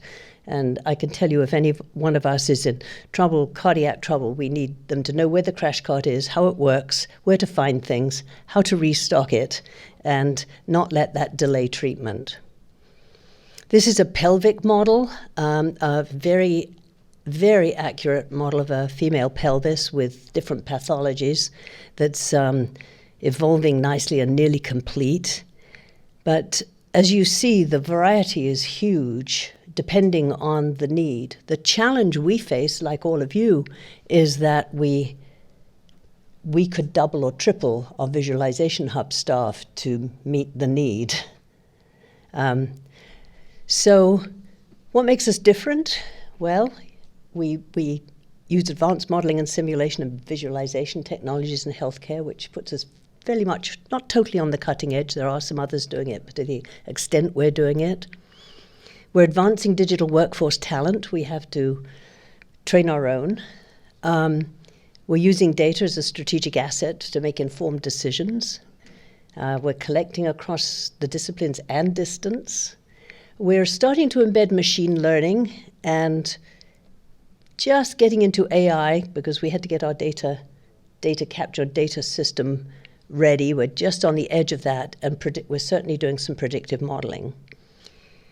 Interdisciplinary teams are learning the transfer of care, and of course, real-world learning is where it is. And I think the impact we have, and Dr. Gold alluded to this earlier, is that we are making a real-world difference. These projects are leading to new ways of placing coronary stents. We've created a nasopharyngeal swab model. I don't know if you know, but during COVID, a lot of the swabbing in the early days was not being done correctly, so the data's only good as the procedure, right? And I won't read the list, but you understand that this is a real-world, hands-on experience that I think students really, really benefit from, and students and practitioners, because the practitioners come in here to learn new ways of doing new techniques. So we've been thinking, how can we support NC3? How can we support our colleagues even at Strategic Command? And we've run a couple of test academies. And when you see this next phase of the presentation, as we move into, how can we help beyond healthcare, we have run a couple of academies, but I don't want you to think they're absolutely lockstep. These can be flexible, and also think about internships, but we very, very much wanted to put together something concrete, that people could touch and feel. And so Mr. Buckles helped us with a lot with this, as did Steve, Rich Gibaldi, and Steve and others. By listening to everybody, we have put together curriculum that we believe will help serve your needs. This is a certificate curriculum. It's a non-degree certificate. It's more like a professional development certificate of completion. That's not to say it couldn't become a more formal degree program, but first we have to sort of test and try it. But it fundamentally is competencies for a rapidly advancing digital world. And Tony and Jonna and Christine and Rich have all spoken to some of these great needs, and in particular to the need for people who know how to informatics, capture data, analyze and distribute data. Let's go to the next one. So the Academy itself proposes a 10-month sort of hybrid skills-based course. It blends the experience of knowledge transfer from experts in their field with experiential learning by getting them critical thinking, team problem solving around sort of high-level projects that they would be given. And they'd be given these in teams. It would involve learning modeling and simulation skills, and Christine, I heard you refer to that in your presentation, that seem to be so sorely needed in so many disciplines. And as I said, a certificate of participation or completion would be the end. We have founded it upon the Department of Defense digitalization modernization strategy. And if you see number 4 there, it's cultivate talent for a ready digital workforce.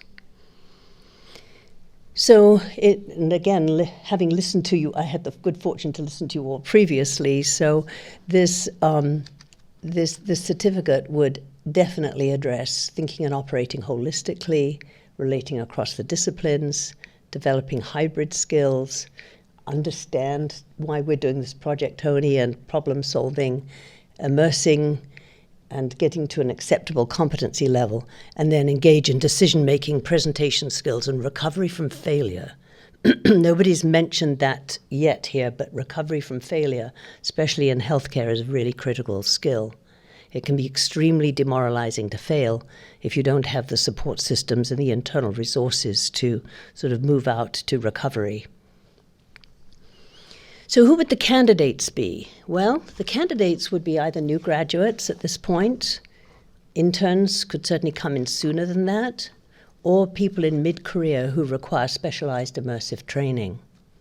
And those are just some of the examples of the topics that we would be able to provide, not necessarily just using our internal experience, but to the next one to work with world-class experts in their fields.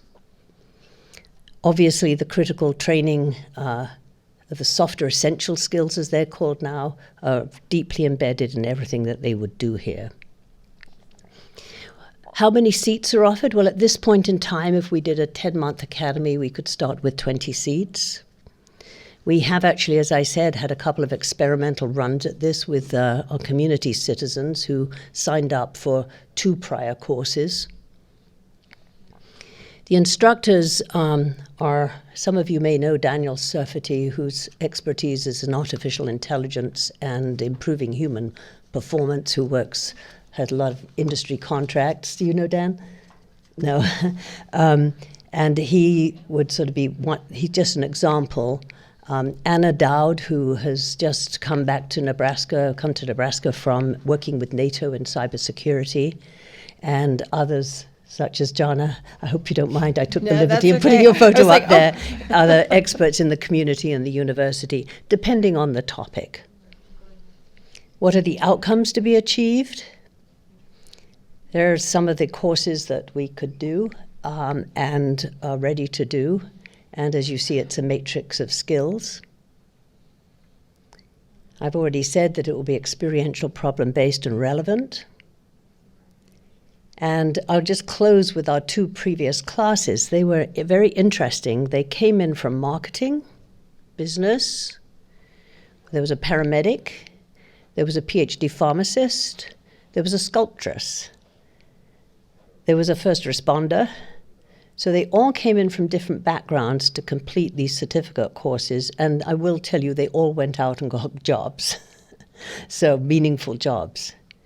So I'm going to end with a quote from Mr. Buckles. Al, I think the first time I met you, I wrote down what you said. You said, the government is going to want to see a team approach at this. This is an extremely important effort for the success of our nation. We need tomorrow's engineers, not yesterday's or even today's. Thank you, Al. Was that correct? More than ever today. Yes. So that's just a quick summary of iEXCEL, of the tremendous technology it has, of the opportunities that people get here, and how could we help you, how can we work together to create the digital workforce of tomorrow. So Dr. Gold.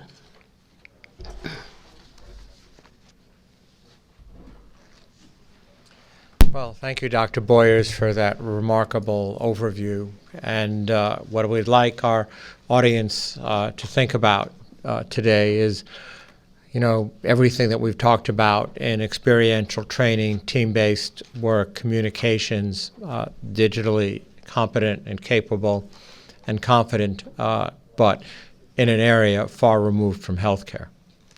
That's really the thought process that we're trying to stimulate this afternoon. So now we have a few moments for questions from our audience, and I guess we'll see. I already have some questions that have been submitted earlier, but before that, if there's anybody in our audience that would like to ask any of our panelists or anything about the programs here, the technology, etc. Well, then why don't I start with the first question that we have that's been submitted earlier, and that is, what efforts, this is to our panelists, of course, do you see the state of Nebraska or the city of Omaha making to continually attract a vibrant workforce? In other words, what is it that will attract and retain talent in this community? And maybe we start with Tony. Would that be okay? Absolutely. I'm sure you think about this every day. I do, and it gets to really the 4 points that I talked about, and that is retention of talent, keeping talent here, the acquisition of talent, how do we recruit from out of state, but also really our international students also. I can't overemphasize how important that is. We can't just close the gap. I mean, this is, the world is flat, and we need talent. That diversity and inclusion is really synonymous with talent. I mentioned our military with Skill Bridge, critically important. One point I didn't mention is really upskilling, and the upskilling piece, because you got to think about not just the skills that we have right now, but what are the skills of the future. There's a pivot company, Ranky, which has done a really great job. They've added technology, and they've been able to redeploy their workforce into some of these tech jobs based on their ability to upskill And then, of course, we have to market ourselves and share our narratives. Some technical programs that we've engaged upon. First, I'll just mention our Developing Youth Talented initiative.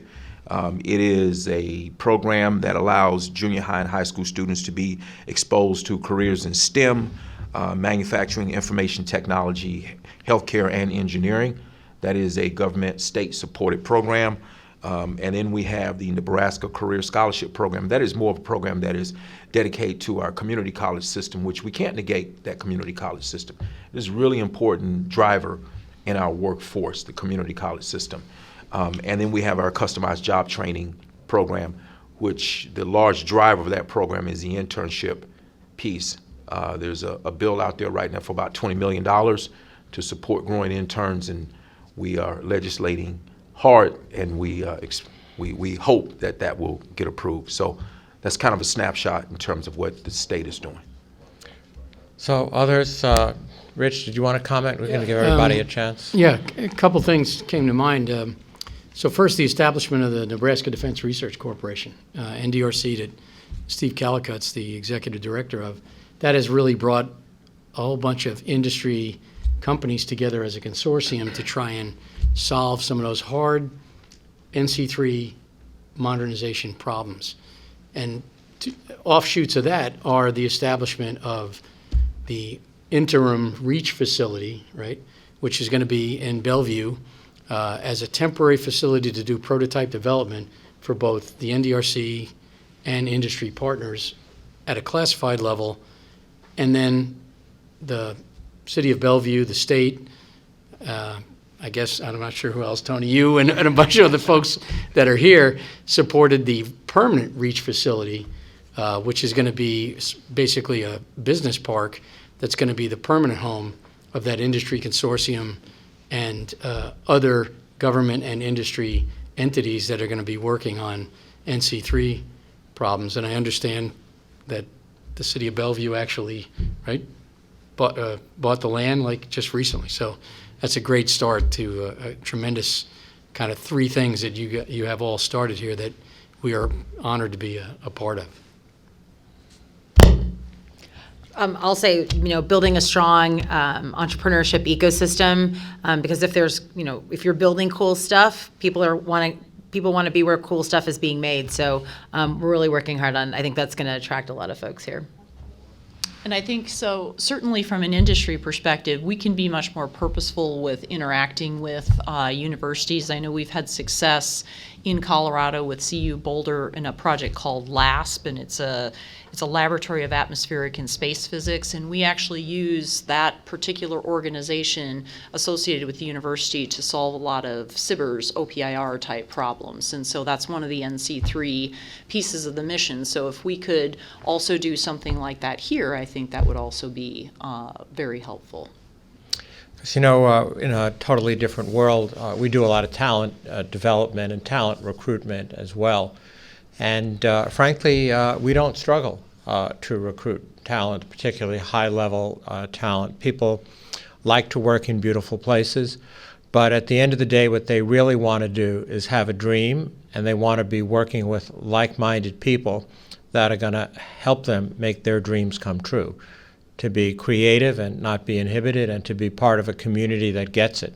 And I think that that's critical to attracting the next generation. This is the way we do it because this is the way we've always done it. Doesn't work. And we need to understand and meet this next generation where they are. So I'd be interested in asking our panelists another question that has come in, and is to what are they doing to retain talent now? I think that if you look at one of the consequences of the pandemic that we've all seen is through the use of VTC, virtual teleconferences, choose your favorite flavor or your least favorite flavor of those, that people don't necessarily stay in their communities. Sometimes they are staying a short distance away, and other times they're halfway around the world. And do we care as long as we retain them? Or what do you think the balance is, and how does that factor into our ability to retain talent?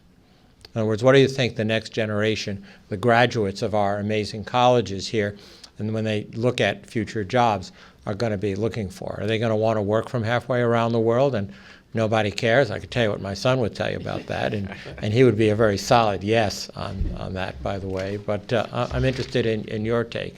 I would say that one of the things we're seeing is where you live is no longer a key important factor in hiring or retaining people. I mean, COVID just put the last nail in that coffin, but even before that, you know, I mean, I remember in the year, say, 2004, we were going to hire somebody in one of the companies I was working for, and he wanted to work out of his house in Florida.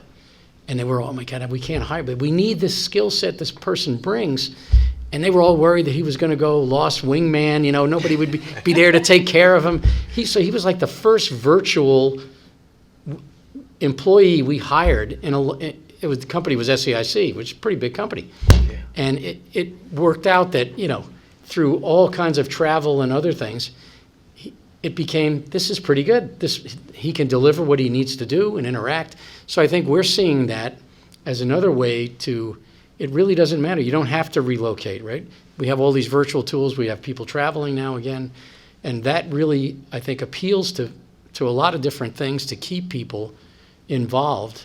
I think the other thing that we try to do is we're constantly investing internal research and development dollars, just like Christine's company and hundreds of others, to build the products that keep people interested and want to work with us and the other companies that do those things, because it's new, challenging, and they're helping invent some of these things through the requirements we're trying to meet that folks like NC3 and many others are bringing to us. So that makes it sort of a interesting, challenging, you know, fun place to work, to really expand the capabilities that a lot of these incredibly smart folks that are graduating from, like, the University of Nebraska and other institutions are bringing, as well as military veterans. Other thoughts? Because there are just so many different lenses on this right now, and it's, you know, obviously very critical into planning any facility as to how many square feet do you need, how many people you think you're going to house. Are they going to have private space? Are they going to be hoteled? Do we want them to be able to gather? And I'll tell you some personal stories in a minute, but I'm interested much more in our panelists' views on that. I think flexibility, and when you get your work done, you know, if you work better from midnight to 5, then as long as it gets done, it doesn't matter. But also, too, I think this next group of students is looking for opportunities for growth, that someone is actually looking, like, what's their path forward? We keep hearing that over and over and over again. Yeah, and I'd like to add to that as well. You know, that's something that we try to do. We've got like early career type of opportunities where you're able to do multiple different jobs, like 6-month rotations, and then you can do some software engineering, some test engineering, and see a lot more of the business, even do things in more program management, supply chain, and things like that. So I think, you know, to your point, that ability to grow in your career and do a lot of different things, along with the flexibility that was already mentioned, is kind of what we see as important. You know, I would add to that. I totally agree. I think the student of the future that's graduating now is looking for a firm that has a purpose. This is a purpose-driven firm. What is your purpose? You know, I can remember at one point, CEOs really didn't have to respond to social issues. They said, oh, this is about work. We don't have, now, that's a skill set the CEO has to have. How do they respond to social issues? How do they manage the narrative so that internally their employees feel like the CEO is ethical and in line with their thought process, so purpose. I think the second part of that, or which is somewhat synonymous, is culture. What kind of culture do you create? I mean, if you're a leader and you create a culture that encompasses what the panelists talked about, but you also listen to your teammate-based roundtables, one-on-ones, they need to feel connected. And I think all of that kind of coupled together, from what my experience has been with some of the younger folks, is what they're looking for. Well, you know, we all heard General Hyten's introductory remarks today, and I don't know about our panelists or for those of you out in the audience today, but as inspired as I am by General Hyten and his career, these words, I think, are words of great caution. These are words of an urgency and a call to action that's absolutely critical to protect our democracy now, and the large corporate military partners, the companies that we work with, are an essential part of that mix. So I'm wondering, just to ask our panelists, again, totally off script here, but I heard a real urgency in John's remarks, and you know, he was very gracious to give us his time and join us today, but I think he's also calling us to action, saying that we not only need to do this, but we need to do this now. And we don't have the luxury of a lot of time to form committees, debate it, and massage it forever. We need to get going on delivering on this promise. So I'm wondering if our panelists would like to reflect on the question of essentially what General Hyten asks, which is what can we do to accelerate this? Because I think if he had his way, it would have been done a while ago. One thing I would say is that it's exactly the kind of thing that the NDRC is trying to do, is rapid prototyping. You can't do 10-year acquisitions of giant programs that are only being able to modernize things on the edges of the capabilities. You really need to get to the heart of what the need is, fill the gap, and get it out there in a development environment as quickly as possible, prove it, and move it to an operational environment. And I think Stratcom is trying to do that, and Admiral Richard has challenged all of us to pretty much pick up that flag and carry it, So I think it's in its infancy, but it's got tremendous promise. And I'll just add to that, we've talked a lot about digital twins, and Dr. Boyer certainly talked about the importance here of those digital twins.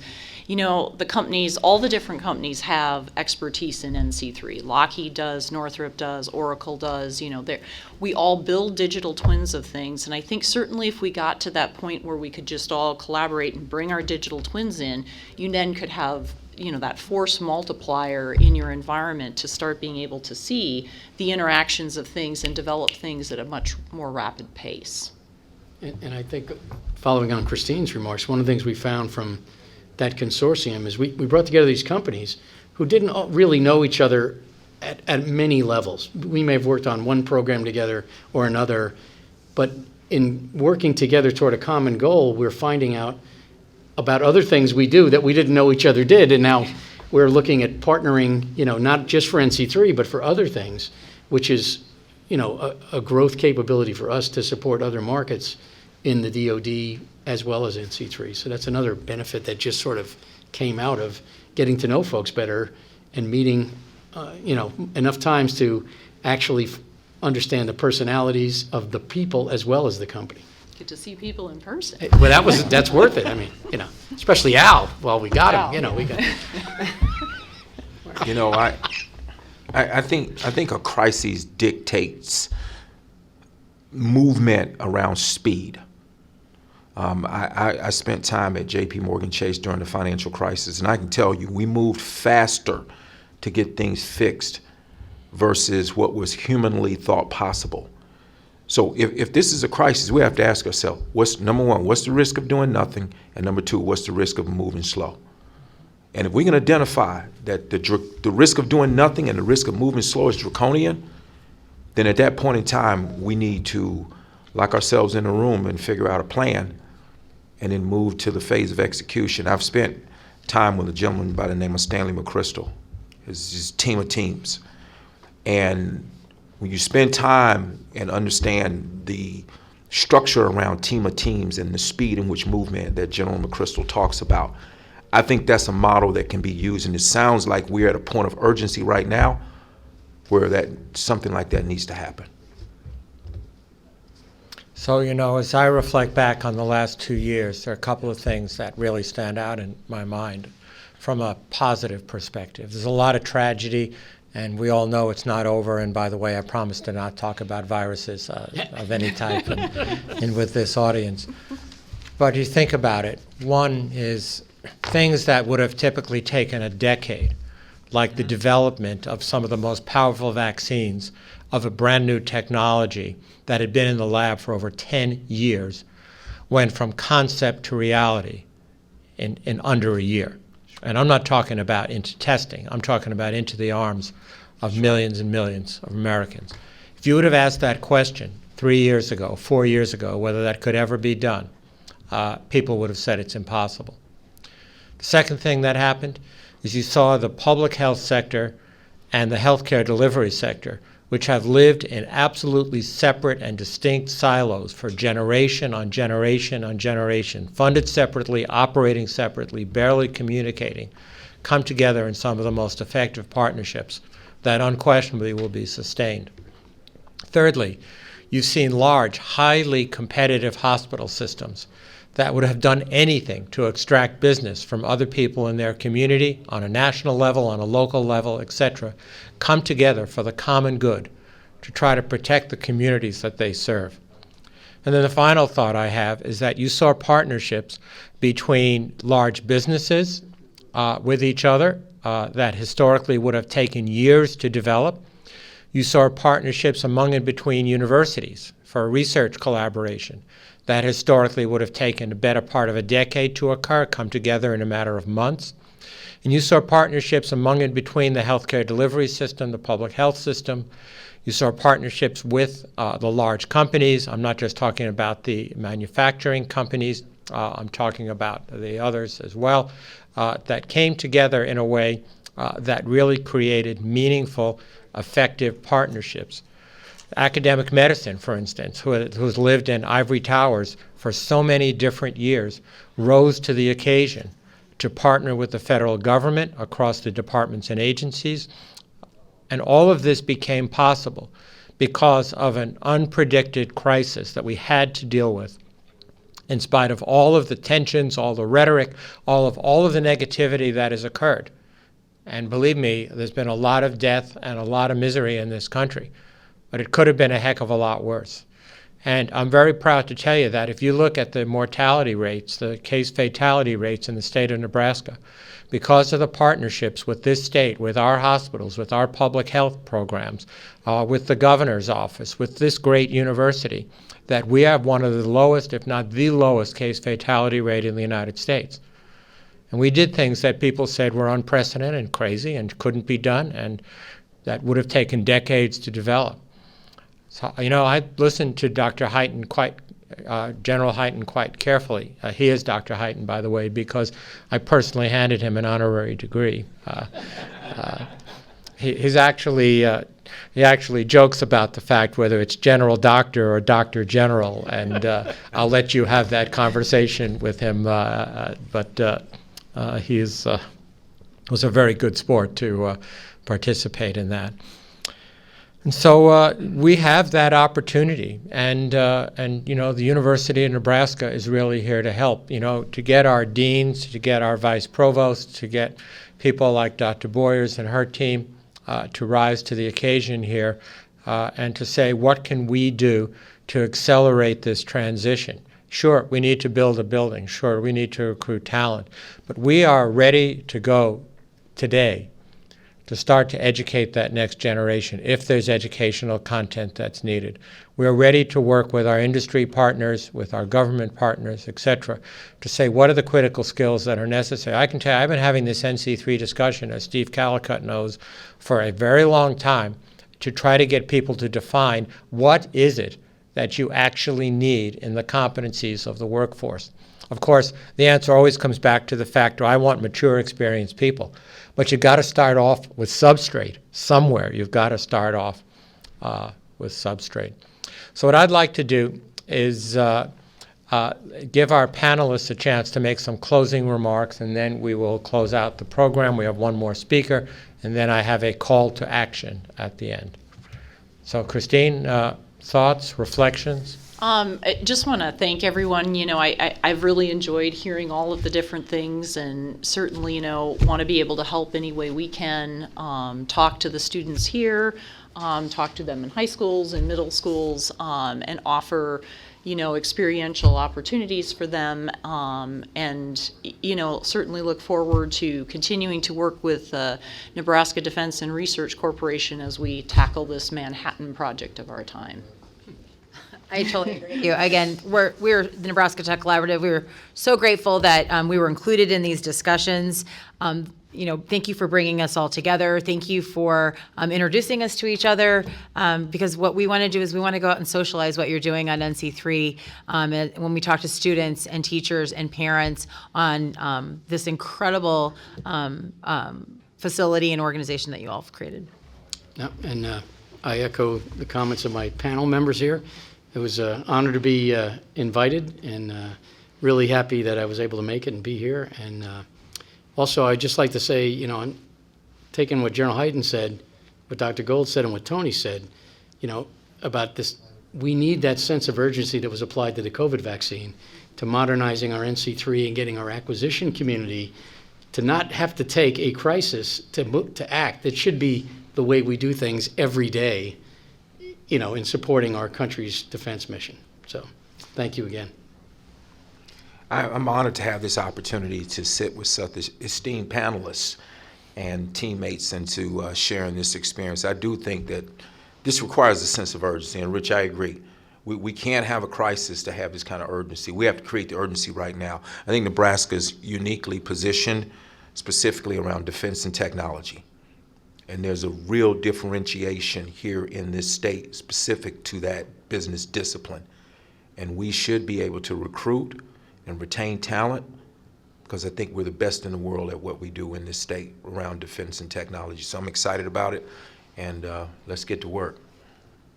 So now it gives me great pleasure to introduce Mr. Al Buckles, who probably needs no introduction at all, to share some thoughts, and then I have a grand challenge, a call to action for all of you.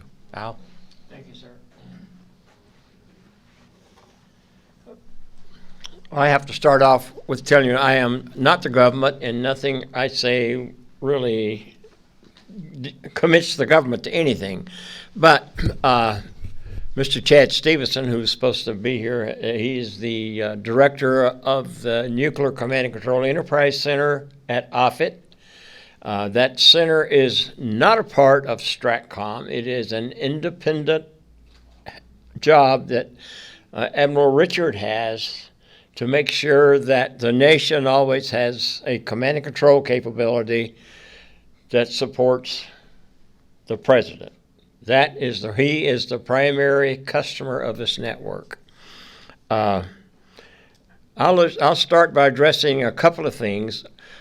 What causes Nebraska to look and Omaha to be the place this stuff comes from?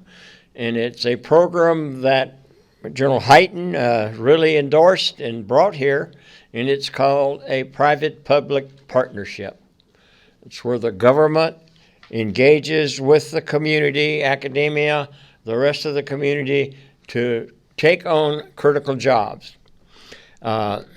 This community was very fast to step up to that and moved forward with it, thanks to a lot of heavy community lifting that was out there. Thank Dr. Gold, Mr. Yanni, Mr. Walter Scott, prior to his going, stepped in and grabbed it and said, we will meet that challenge that you're talking about, sir.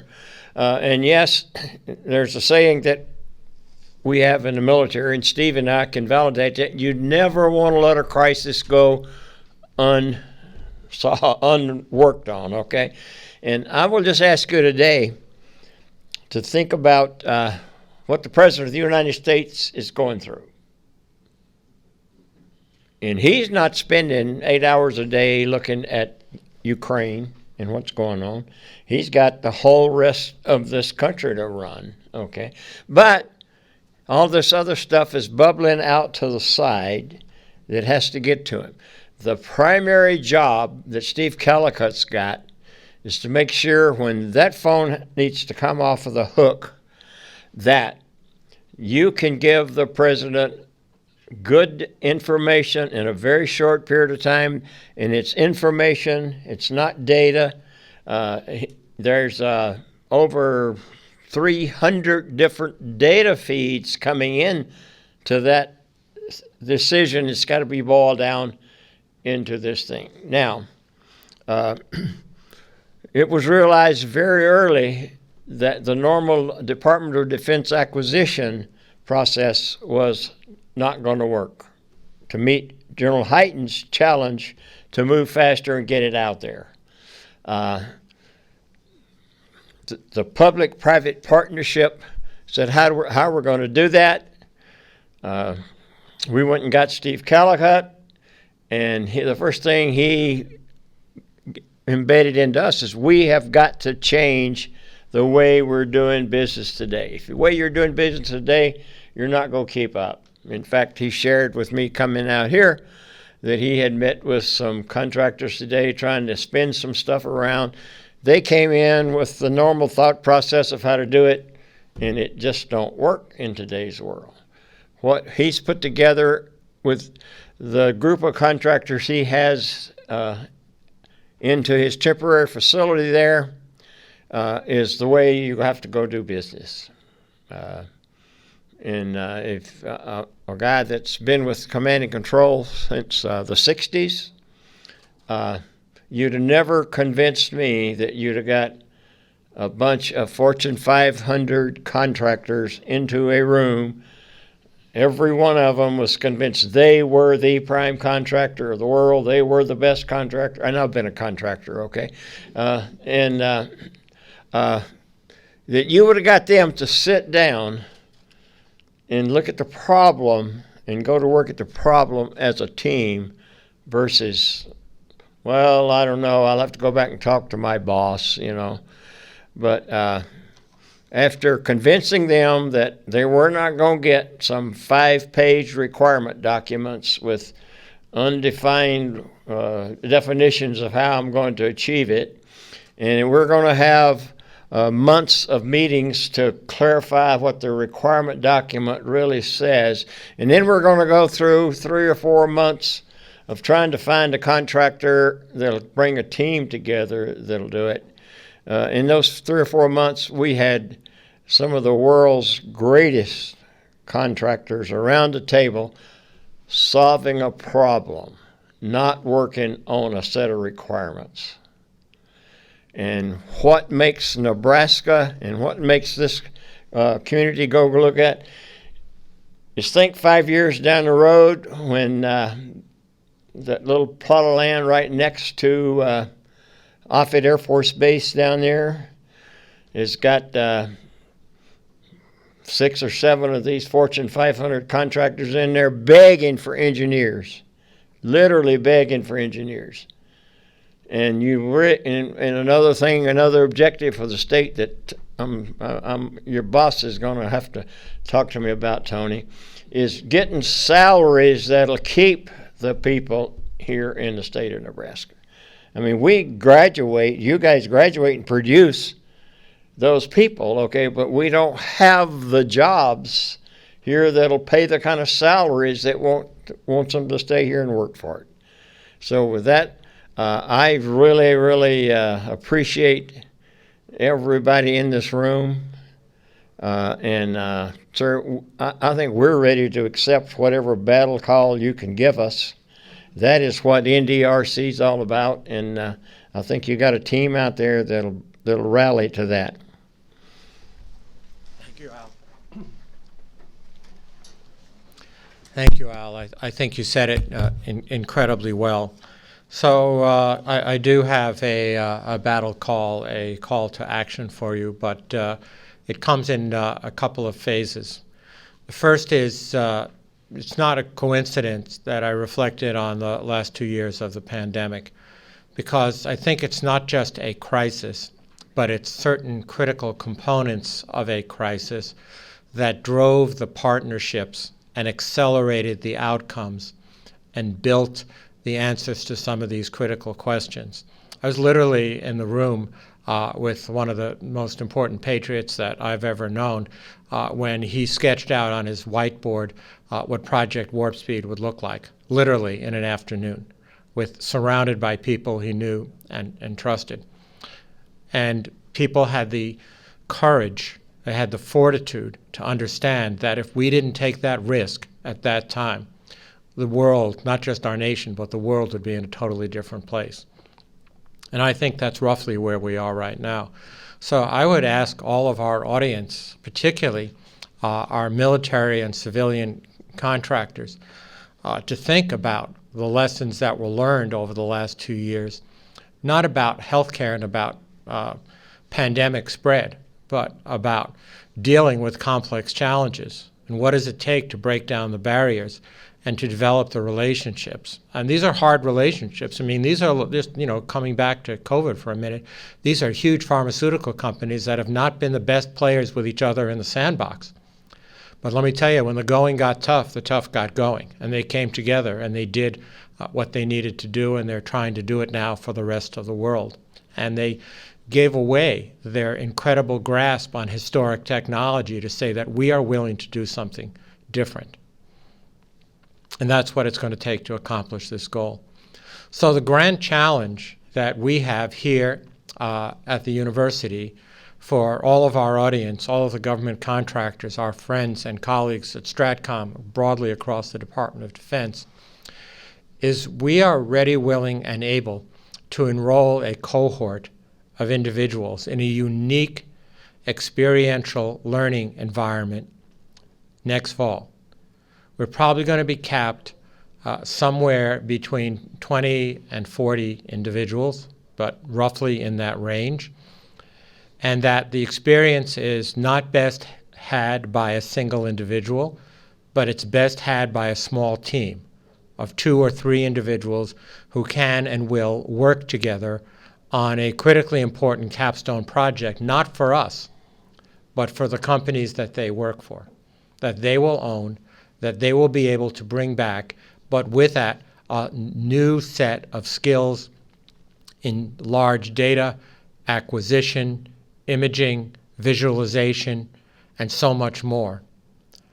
They'll be exposed to some of the most brilliant leaders in the country who have had experience not only in the private sector, but extensive experience in the military as well. And my commitment, our commitment to you, each of you, is that every single one of you will want to do it over and over and over again because of the impact of that program.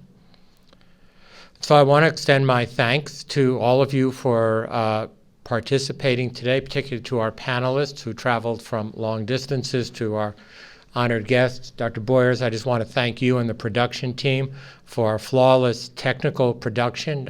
You were gracious enough to let us use some of the holographic technology here in the Davis Global Center and to present some virtual holographic images. You are all in the audience very, very warmly welcome to visit us. And so what I'd like each of our audience members to do is to think about who in their organizations would be best suited to serve in this role in this pilot program, and to put your toe in the water and take that risk, to feel that urgency that General Hyten expressed, and to help us roll up our sleeves and do this together. And so with that, we have a short closing video, and I wish you all, as we say here, stay positive, but test negative. Thank you.